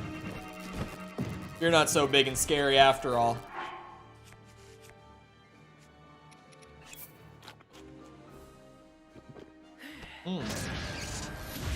Oh shit! I didn't think he would fire the shot that soon. Damn it.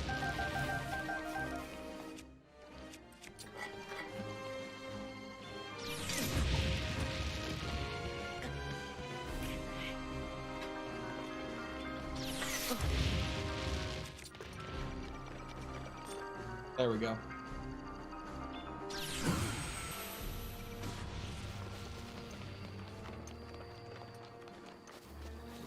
I got a toothbrush today and it has Bluetooth? Why does it have Bluetooth? Why would you need Bluetooth in a toothbrush? Mifa's grace is ready. That seems so weird. What does the Bluetooth do?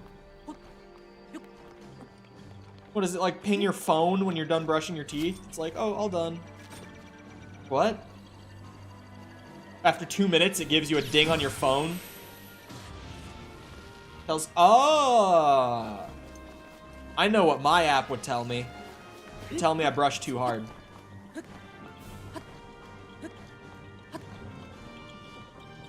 I have an electric toothbrush, and it lights up red when I'm pressing down too hard with it. And it flashes red so many times per brush. It's fucked. I apparently brush my teeth too hard. And I even know that I do it, and I still am just like, yeah, it happens every single day. Blue toothbrush?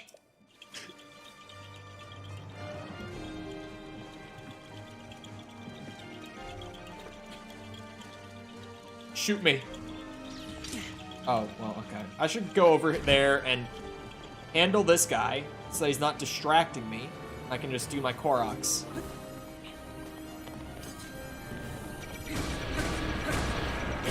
Oh, yeah, that's just not worth it. I forgot how much health you bitches have.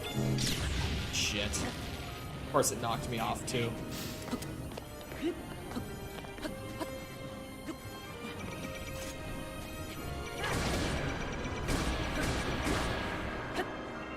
Well, that was something the rich spent money on to waste more money. No, when I was younger, I had a plaque problem. So my dentist, like, it would just always come back. So my dentist was like, yeah, use an electric toothbrush so that it applies more, like, direct focused pressure on wherever you're brushing. And I don't have a plaque problem anymore, so it must have worked.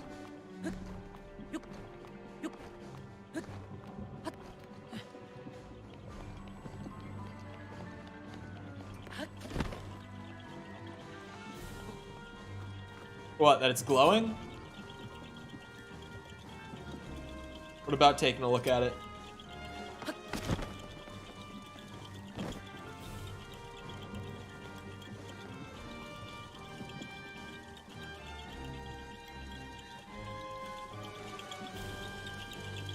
What the fuck? Where is this? What is this? Where's this Korok? There's 3 of them here. How am I only finding this pinwheel? And I'm not even able to find where I'm supposed to shoot.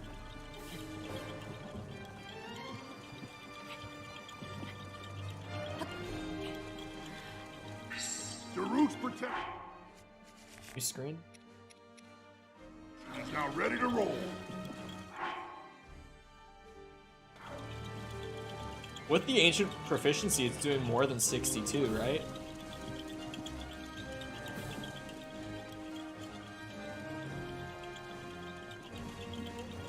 Wait a second. Do I clear the goop? And then... Oh, this is a Korok. Oh! It worked. Okay, so that was one of them. I gotta clear the goop. I definitely have to shoot through, like, the doorway there. That's definitely what's going on here.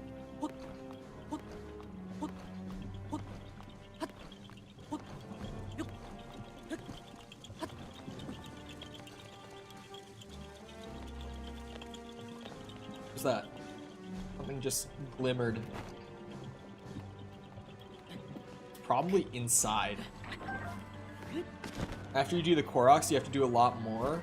So apparently for total completion, like the actual counter in-game, it only counts the Divine Beasts, the Koroks, the Shrines, and the named locations you visited. So what that essentially means is, I have, what, 26 Koroks left after that last one. I have 1 shrine left, and then I kill Ganon to finish the main quest. It'll be a very underwhelming end if you end on the final boss. I was about to say end boss. Yeah, that doesn't surprise me. Oh, shit.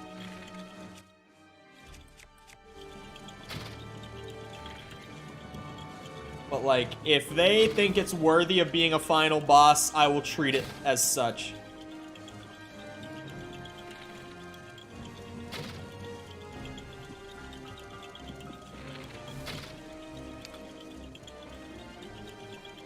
Shit, dude.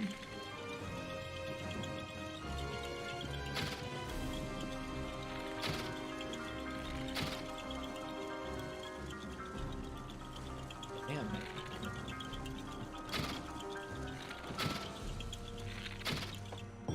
Ah!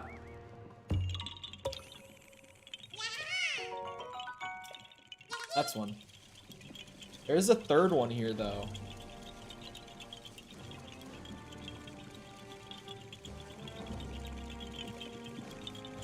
Hiding behind the malice? Shit.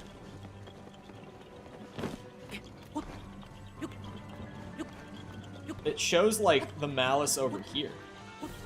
Sorry, goop. Forgot. I'm not allowed to call it what it's actually called in-game. It goes against everything I stand for. It's up here.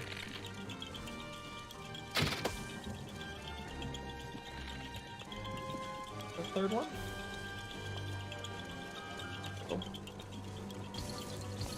Oh, there? That's fucked. Yeah, that's super fucked, actually. Boom.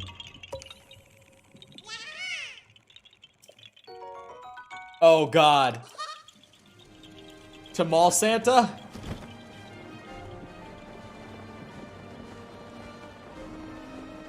That should be adventure.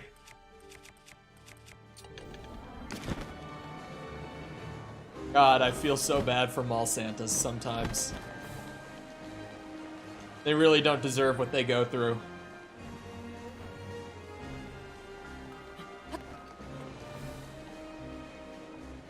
Garden Center? I don't know what Garden Center Santa is. I'm assuming practically the same thing, right?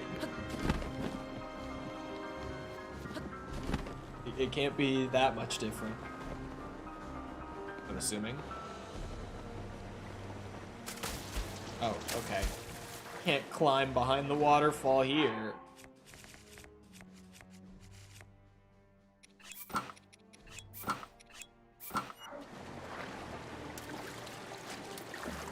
Are Mall Santas actually really a normal occurrence? Yeah. Yeah, Mall Santas are very real.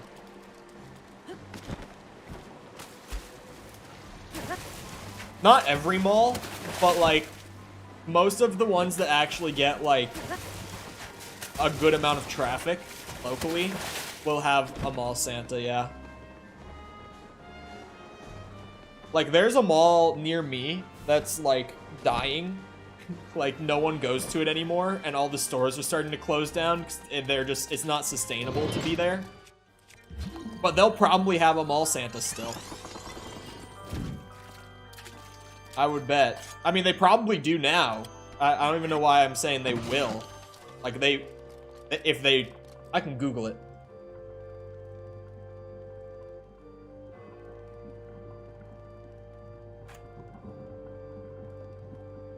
Do they have a Santa this year? Yeah, they have a Santa this year. Yep, they do. You thankful for the effort? Dude, you go to a mall here, and they have, like, a full, like, winter wonderland in, like, pretty much, like, the courtyard areas. Like, those big open areas, kind of at the bottom middle of the mall. I don't know what else to call them. I don't know. That kind of big open area. They'll have, like, a full fucking winter wonderland with Santa at the middle of it. It's crazy. Oh, a garden center. Okay.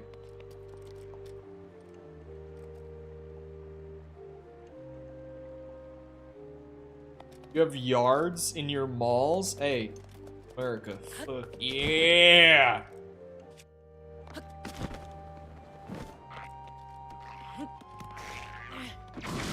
Ah! Holy shit! Oh my god, I almost died. That was pretty awesome, though.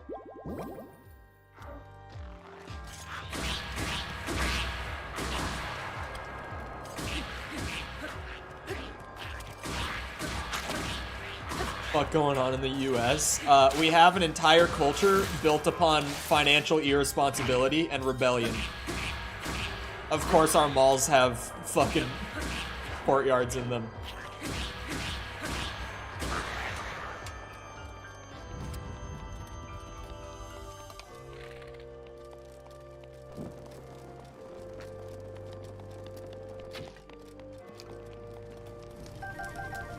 No.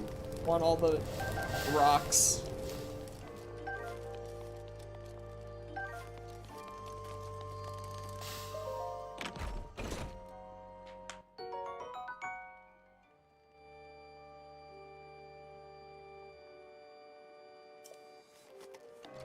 Wait, he doesn't understand the idea of him bringing presents?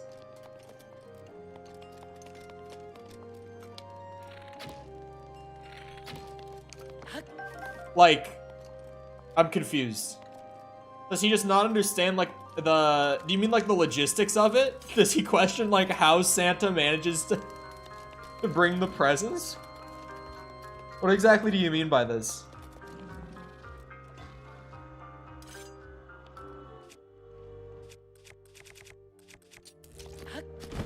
I'm very intrigued now.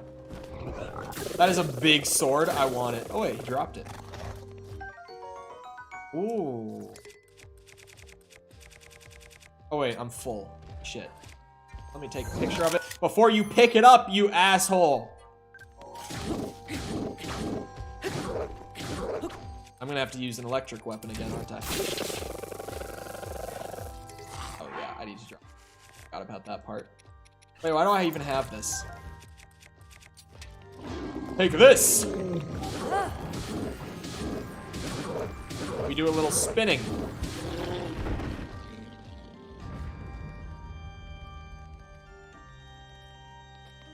You haven't taught him about Santa? At first you said that, and I was just like, wait. Oh, you said that? And I was like, you haven't told him about Santa? Whoa. That was like a little emotional roller coaster. The second message came quickly enough after I saw the first. But wow, for a second I was like, what the fuck? Oh, Jesus.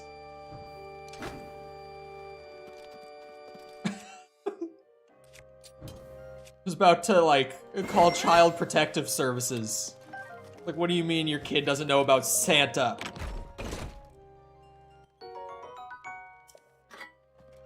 Whose fault is that? Genuinely was like, what? Wow. Yeah, that... I pinged out there for a second. I smell coffee again. This is what happens when my sister is home on a weekday, I guess. Just coffee smell all day. God, that is a strong coffee smell, too. Oh. Like, I'm in a room with the door shut and the window open. And that is a very pungent coffee smell in my room, through the walls. It's a strong smell. Yeah. I genuinely was like, what are you talking about right now? Can't tell if that's fully pressed down or not. This might not have been the right weapon to use for it.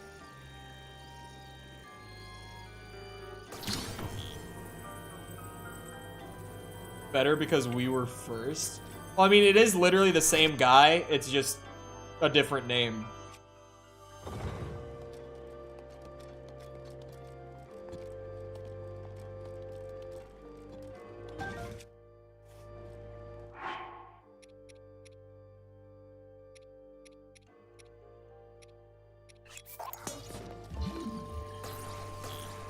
Well, I guess Saint Nick has more ties to the traditional church. So depending on your persuasion with that, it might be better or worse. Depends on who you are. Okay, I hear it.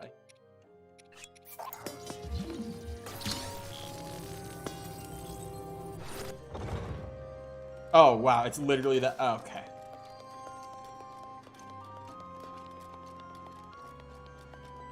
They're playing 2 pieces of fruit.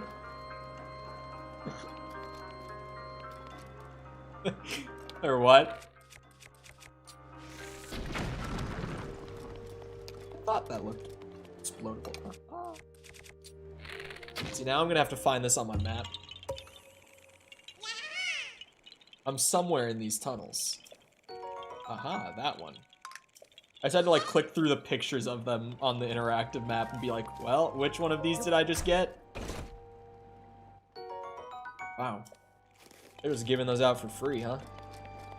Let me go back here.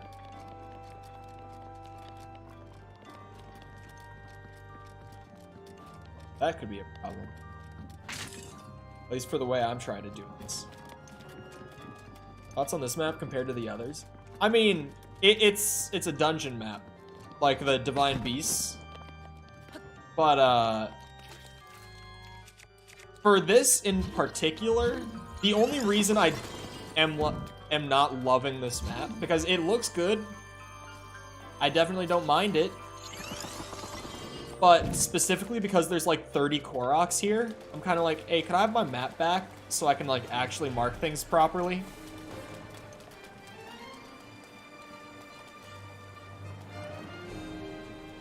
See, the problem is, right? There's a Korok seed here. Like, I'm fairly certain buried under this goop. Oh, sorry, Fallen Order maps. I read other maps. I skim really fast when I read chat most of the time. Compared to Fallen Order maps, this one's better. The Fallen Order maps are really bad. Really bad. It was a widely accepted fact that he owned slaves, and that slaves would be some of the present giving for him. Wait, what? I'm confused by the last bit. Like, he would give slaves as presents? Or...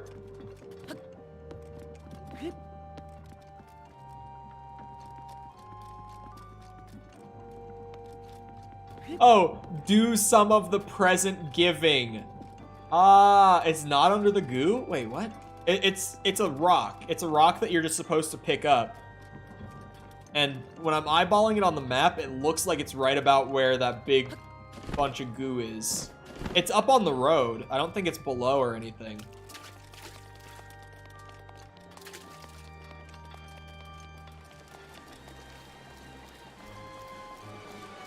Here he has slaves do some of the work. I mean, Santa has elves. Same shit. What else? I mean, let's be real. I'm pretty sure.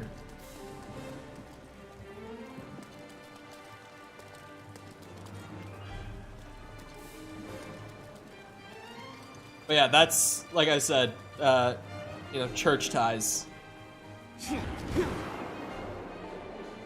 Oh, it's this. It's just past the goop.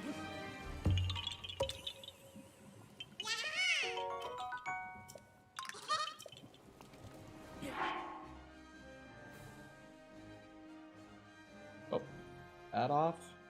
And this area is kind of a pain in the ass to Korok hunt in.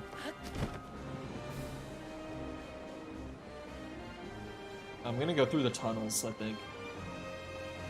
Or hold on, there's one on top of a spire. I'm gonna use the pictures and like descriptions on this one. Oh my god. Oh shit. Why can't you call the goop the name the game calls it? Because I looked at it the first time I saw it and it was goop. It was goop. And it has remained since. Nothing will change the name of the goop for me. Even though I've been told many times what it's actually referred to. And I will not say it out loud. I refuse. It is goop.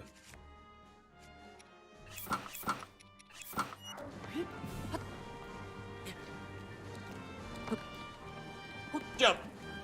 No! Thought it was a weird YouTube rule? No, it's just... When I saw it the first time, I called it goop, and people were like, actually? Joking. I would have probably said it too, if I knew the game ahead of time. I was watching someone play it. But, the first time I saw it, I was like, oh yes, goop. And I got corrected right away. But it's almost like a headcanon thing, where it's just like, yeah, that's goop. Nothing else. No, not late stream today. Because I have a video that I want to work on after stream really bad. But next Breath of the Wild stream, I'll probably be able to get the actual in-game 100% counter done. Considering it's like about 24, 23 Koroks left. And then Ganon, and then clean up the named locations, which can't be that bad. I'm assuming I don't have every single one. There's just no way I do, realistically. But cleaning them up shouldn't be the worst. Certainly, 25-ish Koroks, a boss fight, and the remainder of the named locations shouldn't take me more than 4 hours. I'm gonna go the DLC route. No, I'm just kinda gonna play on and off with Breath of the Wild, like as I feel like streaming it for a day or whatever, until Tears of the Kingdom comes out. So there's more stuff I could do with like the side quests and all that, but 110 hours of a game is a lot. Of any game. It's like, yeah, I'm gonna chill on Breath of the Wild once I've got what I set out to do done. I'm not gonna completely drop it, but I'm gonna slow down a lot. Open the link.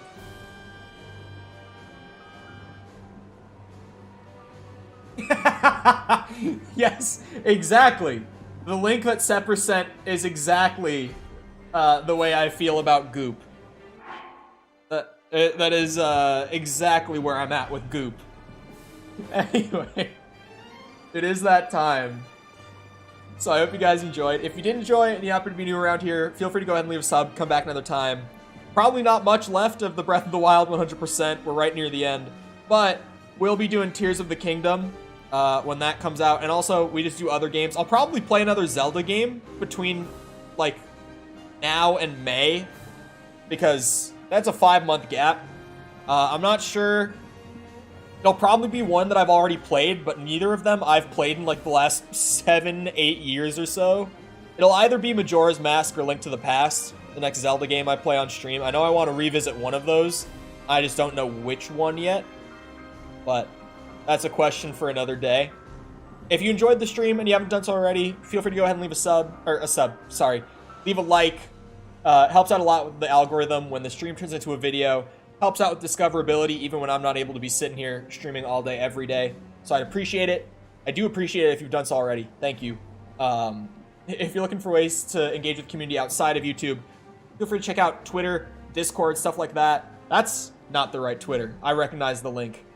No, that's my old hacked Twitter that I have not had access to for years.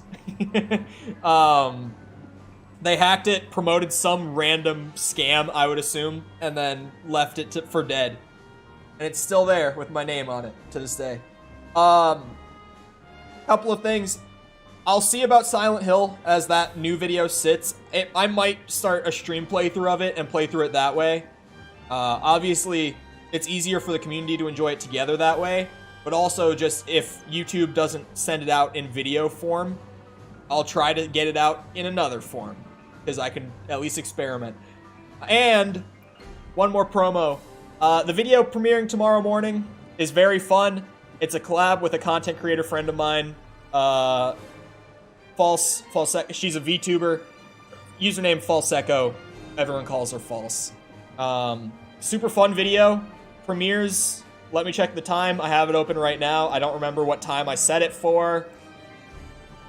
Currently set to 8 a.m. tomorrow morning. I've considered moving it to 9 because it's easier if I push it out for later for more people to watch it. I might push it out to 9 a.m. Central. I don't know. But if you set a notification for it, or if you just have all notifications turned on the channel, YouTube should give you notification 30 minutes before. And if nothing else, know that it's premiering tomorrow morning, like US time. Roughly, I would assume it will be around 2 or 3 p.m. UK time. So, however that translates to you, I don't know. But super fun video. She'll probably be on the channel more often as time goes on. So, it's a good introductory video, that sort of thing. Anyway, I'm talking a lot. So, I hope you guys enjoyed once again. I'll see all of you guys back here next time. I hope you all have a great rest of your day. Thanks for coming to the stream, and goodbye.